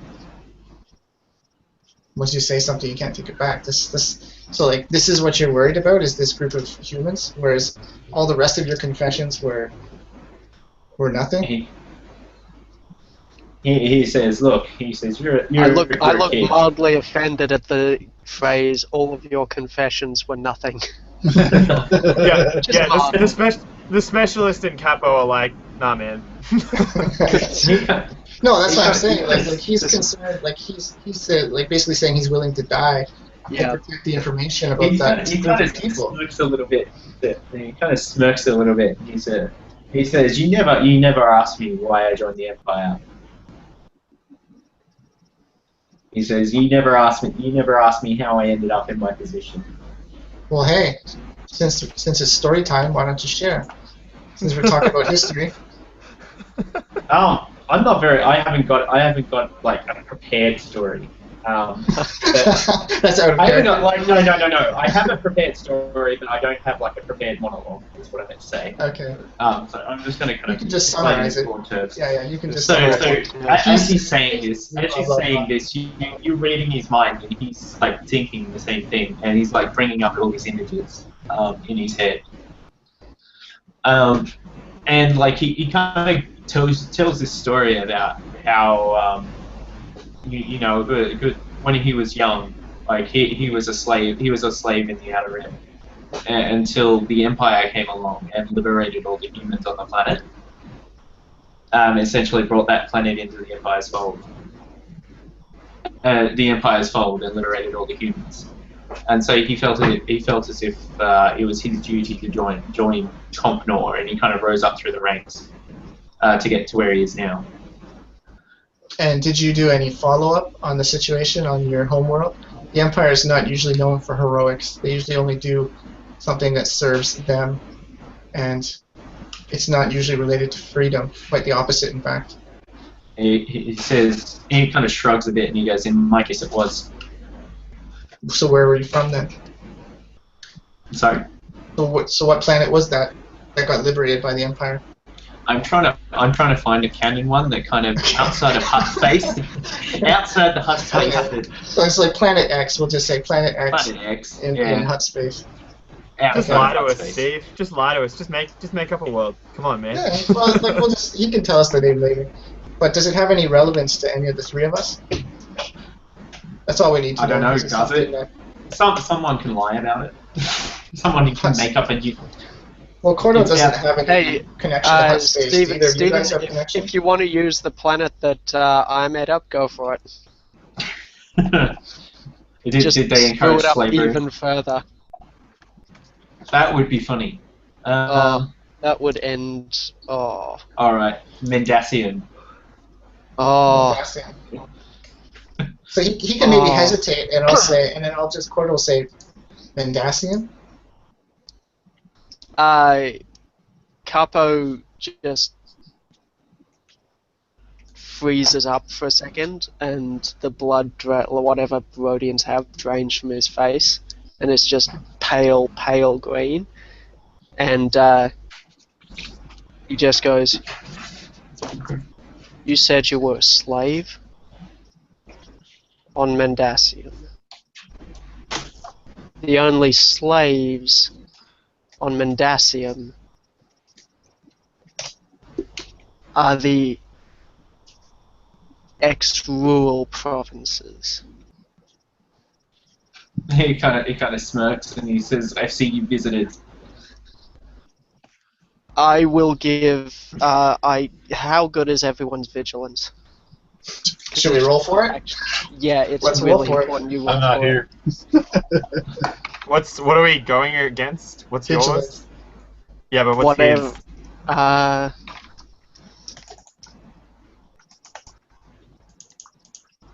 I am going to immediately try and break his jaw and choke him. Okay. Well, but breaking his jaw means we can't really ask him questions, so. so wait, Yeah, but what do we? It's what important that you stop me. What's the What's the dice pool that we are up against? Is my question. Opposed. Are we doing opposed? Yeah. What's your So, relevant vigilance, skill? or- No. That's for us. But what's your relevant Yeah, skill? I'd be think- going brawl, wouldn't I? Yeah, probably. Okay, so your boy. brawl is our difficulty, and Uh, our highest vigilance will be your difficulty. So Okay. I've only got 2 green. So what's yours, Luke? I've My got a brawl. What's Yeah, your go on. vigilance? Luke, I've what's got a your green vigilance? and a yellow. I got a green Okay, and a yellow. so that'll be your difficulty. My brawl is 2 yellow and 2 green. Oh, come on, man. Come on. Damn, Oh, sorry. son. Okay, fine. Not break his jaw, but I immediately kind of just No belt him take across backs. the No take face. backs. No takes back. Like, No, that's it. No, well, that's Kill it. him if you want. Kill him if you want. Less of a conflict for the wait. No murders up there on the list too. No wait. No take backs. Yeah. Damn it. Okay, Why are is you, this are you not cool with that, Stephen? How we organize the dice pool? Is that okay for you? Yeah, that's fine. Okay. Why is this not a rep? Why is this not an initiative auto check? God damn it. So, Okay, so I'm gonna roll mine. So I got 3 failures and 3 threats, so I cannot stop him in time. and I'm I got a failure and 2 threats, so I cannot stop him in time. okay. So, what am I rolling against? You're rolling your Uh, brawl this versus red and a purple A red and a Right. purple. for Oh Luke's boy. for special. Yeah. 2 Yeah. success. Yeah. All There right. it is. There it is. So Korto, you go to grab Capo, but like there's a table in between you and him, and you kind of fall flat in your face over the top of it. Or like maybe he just shoves me out of the way or something. Like, Yeah. You know, I think that's more realistic. Like I just see him move out of the corner of my eye, and I see him like just going for this guy all of a sudden, and I'm kind of like reaching out like whoa, but then he just kind of shoves me out of the way, like hard maybe, like really hard. Yeah. Because I got a lot it of wouldn't be threats hard. there. I would just be ignoring you, like it would be a bull rush kind of thing. Yeah, okay. So anyway, like Um, I'm just knocked to the side. And as I'm belting him, I'm yelling. Like it's sort of coherent, but it basically sums up as you knew exactly the torture I was talking about, you son of a bitch. How many Hudson did your family kill? I will rip your blank spleen out. I will make you eat your kidneys, you scum. And I imagine I you're will just like, tear hitting you him to- while you're saying this. I'm just on top of him over and over again. Sarge, Capo's lost it. And They're then done. I'm sorry. I start Number dragging him is no towards longer- yeah. Specialist, what's your action here? Man, like I know what I want to do based off what this character would do, but I really just don't want to ruin Capo's good time. And This is not a good time for Capo. This is a war flashback. Like this is full blown. I would. Okay, so we've basically gotten all the information we can from him. Like Korto has like sort of made that clear to us all, right? Yeah. So gangs are kind of renowned for being like ruthless and efficient. So his only utility was giving us information. So I'm probably gonna pull my vibro knife and literally just shank the guy. Just end it. Just. I'm This done. has been the darkest As he's doing that, I've as he's ever doing that, I would run, be on and the that is combo. This is like- impressive. Jesus 3 hours Christ, of what's going on brutality. down there? Oh, And I imagine that Sarge, happened about the the time. specialist just knifed the prisoner. I mean, do I need to roll for that? I probably should roll for that. Oh, you're not Yeah, gonna miss. Well, the question is Capo going to stop you? I'm From gonna upgrade it too, just to see if it becomes more of a shit show. All right. So And- what's the typical? One purple, one red. One purple, one red. All right. Well, let me just have a look here. Actually, I think I would assume this is part of his work, so I would actually come on the comms to Korto and be like, just stay out of his way.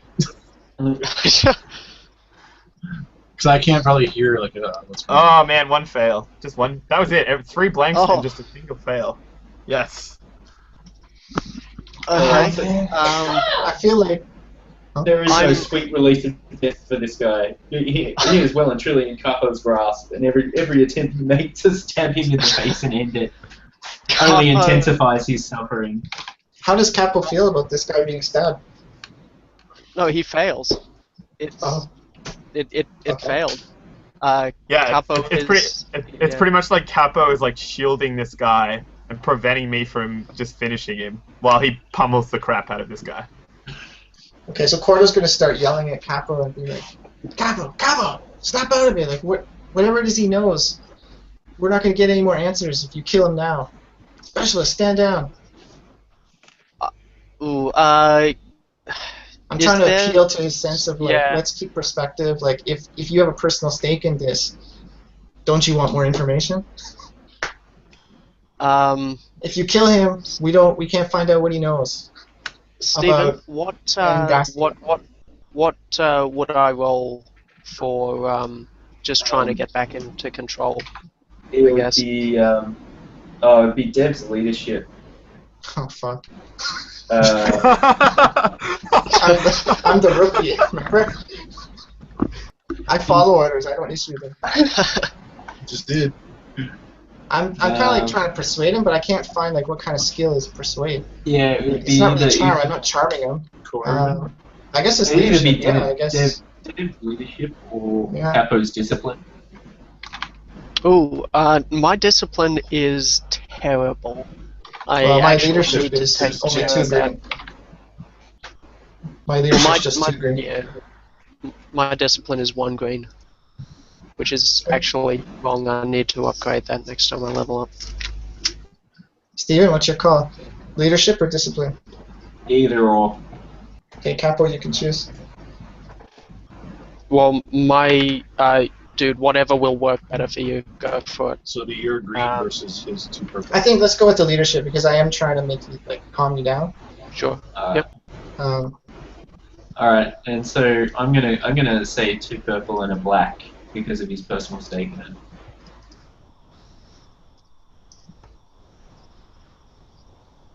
let's see.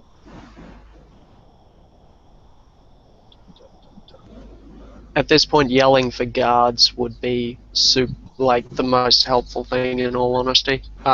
What Capo is doing is he's flinging the guy across the room towards the table and just stalking towards him again. Yeah, so Going. I'm like trying to talk you down. Like, calm down. We need to.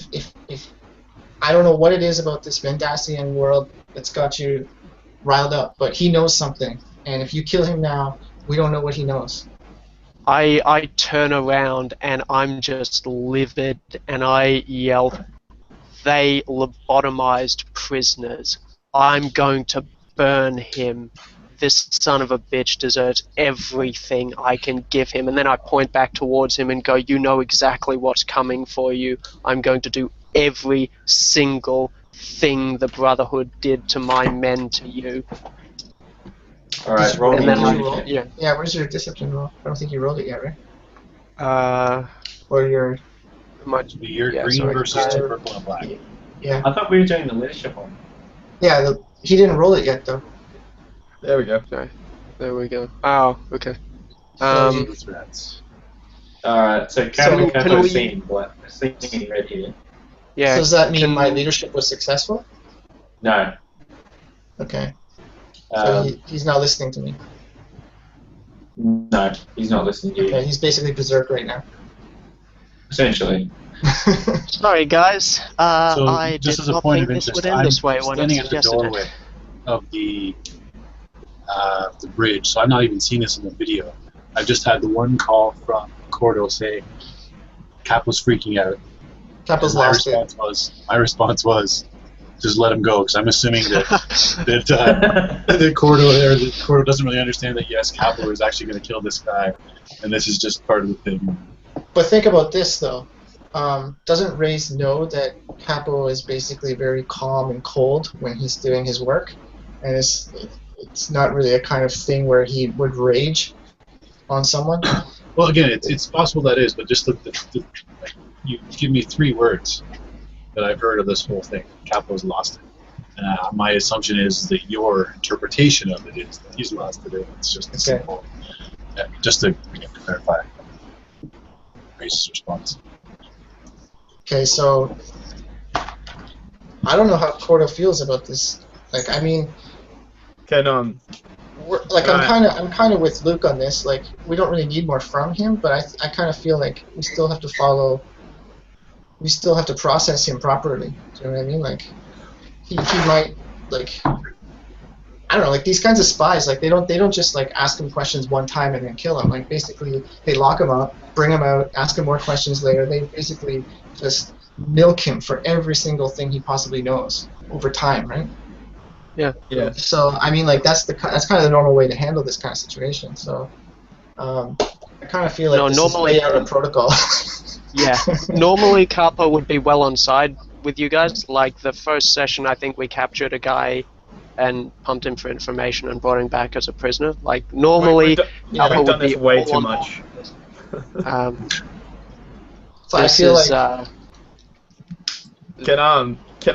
Can the specialist like sort of try and grab Capo and just sort of because I mean Capo's freaking out because of like all of the comrades that he lost that have died, right?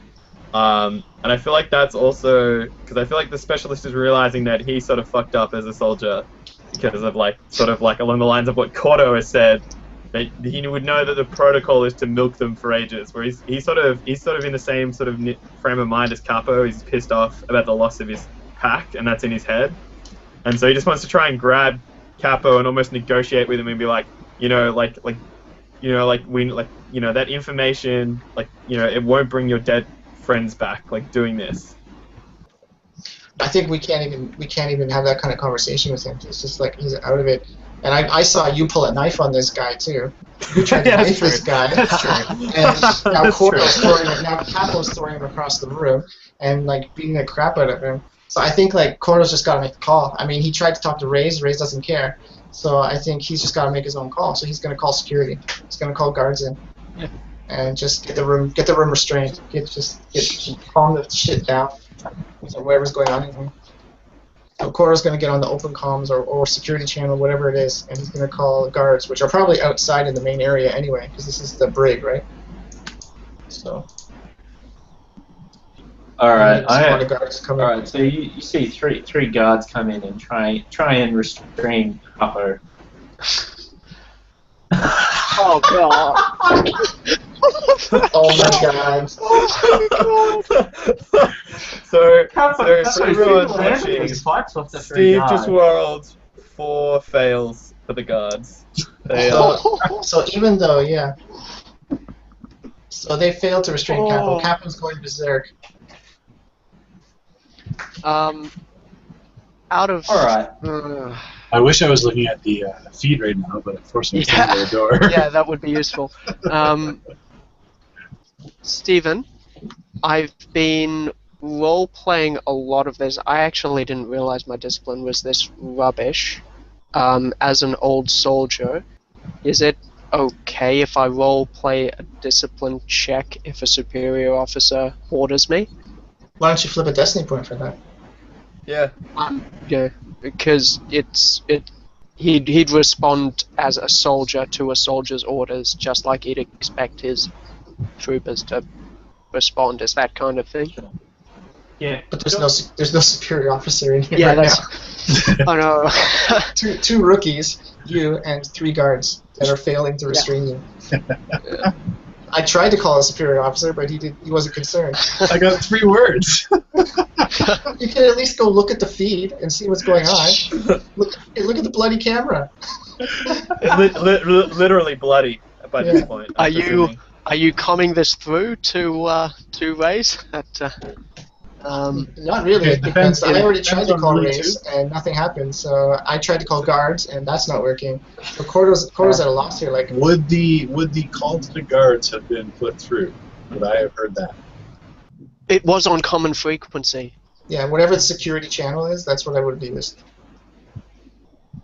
Like, Alright. however people call guards on a ship, that's what I would have used. You probably would have heard Standard. dispatch. You probably would have heard the dispatch. If nothing else. Okay. So at that time, I would make my way over to the monitor and see what's going on. And be like, what the hell's going on down there, Korto? The I image think it's that you see, It's like, the image that you see is me tying this guy's arms up to this makeshift thing, and then pulling out my vibroblade to attempt to essentially hack out his tibia, And three so I can guards form some sprawled sort on of the nail. floor. Three unconscious guards sprawled on the floor. I don't know. What's the nature of that failure scene? What exactly happened to I those actually guards? don't know what, because I didn't attack them at Like, all. are they piling on him, or but it's not working, or yeah, did he just knock them tried to around? they tried to like grab his arms and like restrain him, but Capo just like full on like belted one across the face and then like pushed the others against the wall with the other arm. All right, at that point, then, like again, seeing that the chaos actually is as bad as I didn't really think it was, but Korto had actually kind of mentioned. On comms, I would say, soldier, stand down. So is people are okay with me flipping a destiny point for that? Yeah, to roleplay that? super okay. Super okay. Okay. My so leadership is 3 green, so it'd be 3 purple. So it'd be Oh 2 no, purple. no, it's not an opposed check. Yeah. It'd be his discipline. It'd Okay, be his fair enough. discipline. He's flipping the destiny point Gotcha, to pass the gotcha. check. Yeah, to pass Yeah. the check automatically. because Yeah, I actually, so- I'm sorry, I really didn't realize my discipline was this bad, or So- otherwise I would have dealt with it in previous level ups. That's all right. I mean, it's kind of Alright. it's kind of thematic for the situation, right? Like Right. your Yeah. discipline is Two- normally two good, purple. except this Yeah. kind of thing, right? Except when Yeah. personal Yeah. issues Yeah. become involved. I'm gonna say 2 purple because of the rage and the extra setback because of the personal stake in it. How do we add the light? You can have a boost. You can have a boost from Raaze. Plus you Wait, get I thought the light side die was to roleplay the. Oh, okay. That's to pass your check, yeah. Yeah. Yeah, okay. Sure. Sure, why not? Or not, I don't know. Sure. I feel Yeah, like it really depends. Do you want to have like epic character building moment, or do you just want to like flip the destiny point and say it happens? yeah, let's roleplay it out a bit. I mean, Okay. Okay. Yeah. We'll roleplay. So flip the destiny point. Like Capo, you can see this. Just he's got the knife ready to stab into this guy, and he's looking into his eyes, and it's just this moment of utter and complete hatred, and then just kind of I want to Like, shoot the knife out of his yeah. hand. he drops the knife, then drops all his other weapons, and then just goes down on both knees and goes Capo Greeata reporting as ordered, so in just a deadpan monotone. He's out. Like his head's hanging, he's drained of everything. Okay, Korto's gonna take his hand off one hand that's on his blaster hilt, one hand that's on his sword. He's gonna take his hands off that, and he's just gonna kind of like calmly approach Capo, and he's gonna take this fucking idiot, not Capo, the other guy, and he's just gonna shove him over to the corner, and he's just gonna point to him, and he's like, "You shut up, you're done. Don't say another word, or no one's gonna stop what happens to you." I kind of shift my head to the side and I say, just in a really rough voice, "Look, get me another set of binders."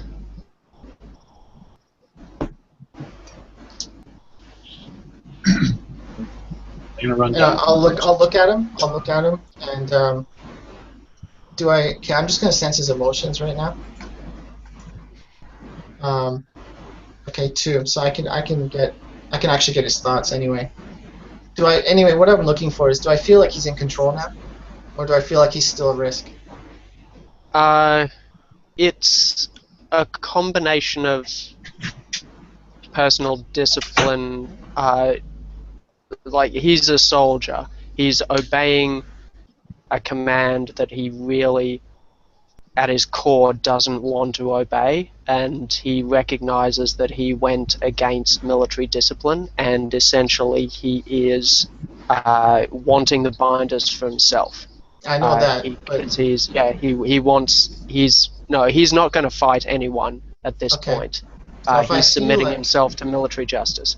okay, if I feel like you're in control of yourself again, then I'm gonna kneel down next to you and kind of just like put my hand on your shoulder and look you in the eyes, and I'm just gonna be like, I don't think that's necessary. I don't know what just happened here. I don't know what connection he has to your past or what this all means, but it's clear that he knows something more than just these recent events. He's got some personal connection to you, and we're going to find out what that is. We're going to find out everything, but we're going to do it properly, by the book. He just gives a tiny kind of grunting chuckle and goes, "The binders weren't for him." And he just kind of nods his head towards the security officers, who now have black eyes and are against the wall. And says, Yeah, I'm going to wave them "The away. binders were for them." Huh? For the security officers? No, as in he's struck other military officers. I trying got to do that. their duty. That's the. So I can the see thing. like they're reaching for their binders or their whatever, and I'm gonna wave them away, and I'm just gonna say, like I said, I don't think that's necessary. You hear some like muffled snickering from behind you in the corner. Oh. I'm gonna turn around and knock that Oh. guy. Just I'm gonna knock him out. That's it. Just whatever it takes to make him unconscious. If he hasn't already Like, become unconscious. as you're approaching him. And he's as you're behind me. approaching I'm between Capo and that guy. I just shoved him behind me into the corner. So I just literally have to just turn around and clock him. That's it. He said before you do it, he says, "We're not so different." You're still alive. That makes the difference between us. And then I'm gonna clock him. Put his lights out. All right. Okay. This would be brawl, right? Okay. Oh, you Flip don't him. have to roll it. He's restrained. He's in the one place. Alright, cool. That's cool. Fine. So that's what I want to do. I want to hit him hard enough that he goes to sleep, and he shuts up for the rest of this encounter. Sure. So I think at this point too, I would be kind of running into the thing, push these security guys out of the way, and I'd kind of be standing like directly behind Capo, where he's kind of knelt down on the floor. Probably my shadow's kind of over top of him, and I'll be looking down. And I'll say kind of in a quiet voice like, "Capo, this wasn't the way."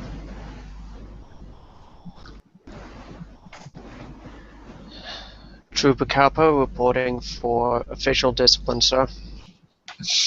Loss of control was regretful, unacceptable. Recognized. And I kind of like kneel down, so I'm like kind of near his shoulder, and I'd say like, "This is gonna complicate things for us, Captain. I'm gonna have to put this piece of shit into the system now instead of our original idea. This isn't the revenge that we were looking for. How did it get personal? How did you let it get personal?" Capo kind of just, I guess sings a little more and goes, "They lobotomized my men. They crucified my men.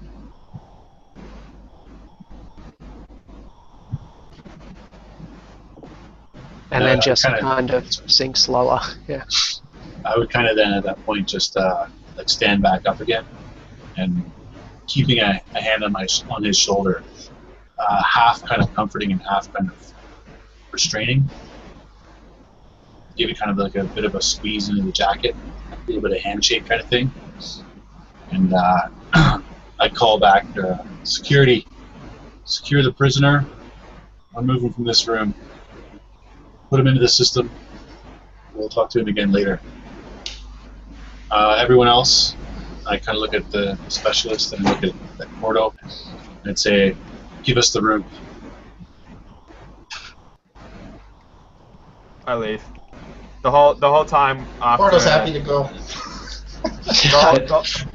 The whole time after he sort of failed to stop Capo, but also failed to kill the ISB guy, this specialist was sort of like hunched there, and he sort of realized, like Capo, that he sort of let the agent get to him and sort of think too much about his pack and what happened, and like especially for a species that's meant to be like sort of ruthless and efficient, he fucked up, and he's just kind of like he's in his own head, and so he leaves. So Korto will follow him out, and he'll just gently stop him with a soft hand on his shoulder, and he'll say, you're one of us now, so the same goes for you. If that piece of trash, if you have some personal beef with this guy, we're gonna find out whatever he knows, everything, to the last drop. And we're going to resolve it. As you two are leaving the room too, I would call back to Korto just to get your attention. Korto, I think you've seen our friend up in the command center there. Why don't you take our new friend, and I think there's going to have to be some tape that disappears. For a couple of reasons. Roger that. And I'll just guide the specialist with me, and I'll say, let's go clean up some video feed. Gladly. And we'll leave. Go to the bridge to do that. Alright. I think I saw there the dev has to get going here. Do you want to hold Capo and I will do our rundown next time? Yeah, that's a pretty decent cliffhanger to end on, I think. Yeah. Sounds Or good. Capo. Anything you want to add for closing, Stephen? Or? We've hit the darkest timeline. Darkest hour. Are you thinking of getting a blue streak in your hair? Yeah. Oh man. Oh jeez. Okay, well, thank you anyone who's watching and made it through 3 hours of hostile interrogation and emotional breakdowns and conflict and all that kind of stuff, and Sadly, I didn't get to various shoot anybody. revelations. But we got a lot of characterization. It's okay. It's alright. That's awesome. So I I think positive redemption. yeah, it was good. So I think Stephen, you're gone for a while, right? So I think our next session will be delayed maybe till the end of summer and maybe in the fall. Probably end of September somewhere. Okay, sure. Yeah. And So, remember, from the darkest times comes redemption. Yes. All right. Thank you, everyone. Thank you, my fellow players Thank you. and our GMs. It was a great session, and we'll be back when we can be back. Woohoo.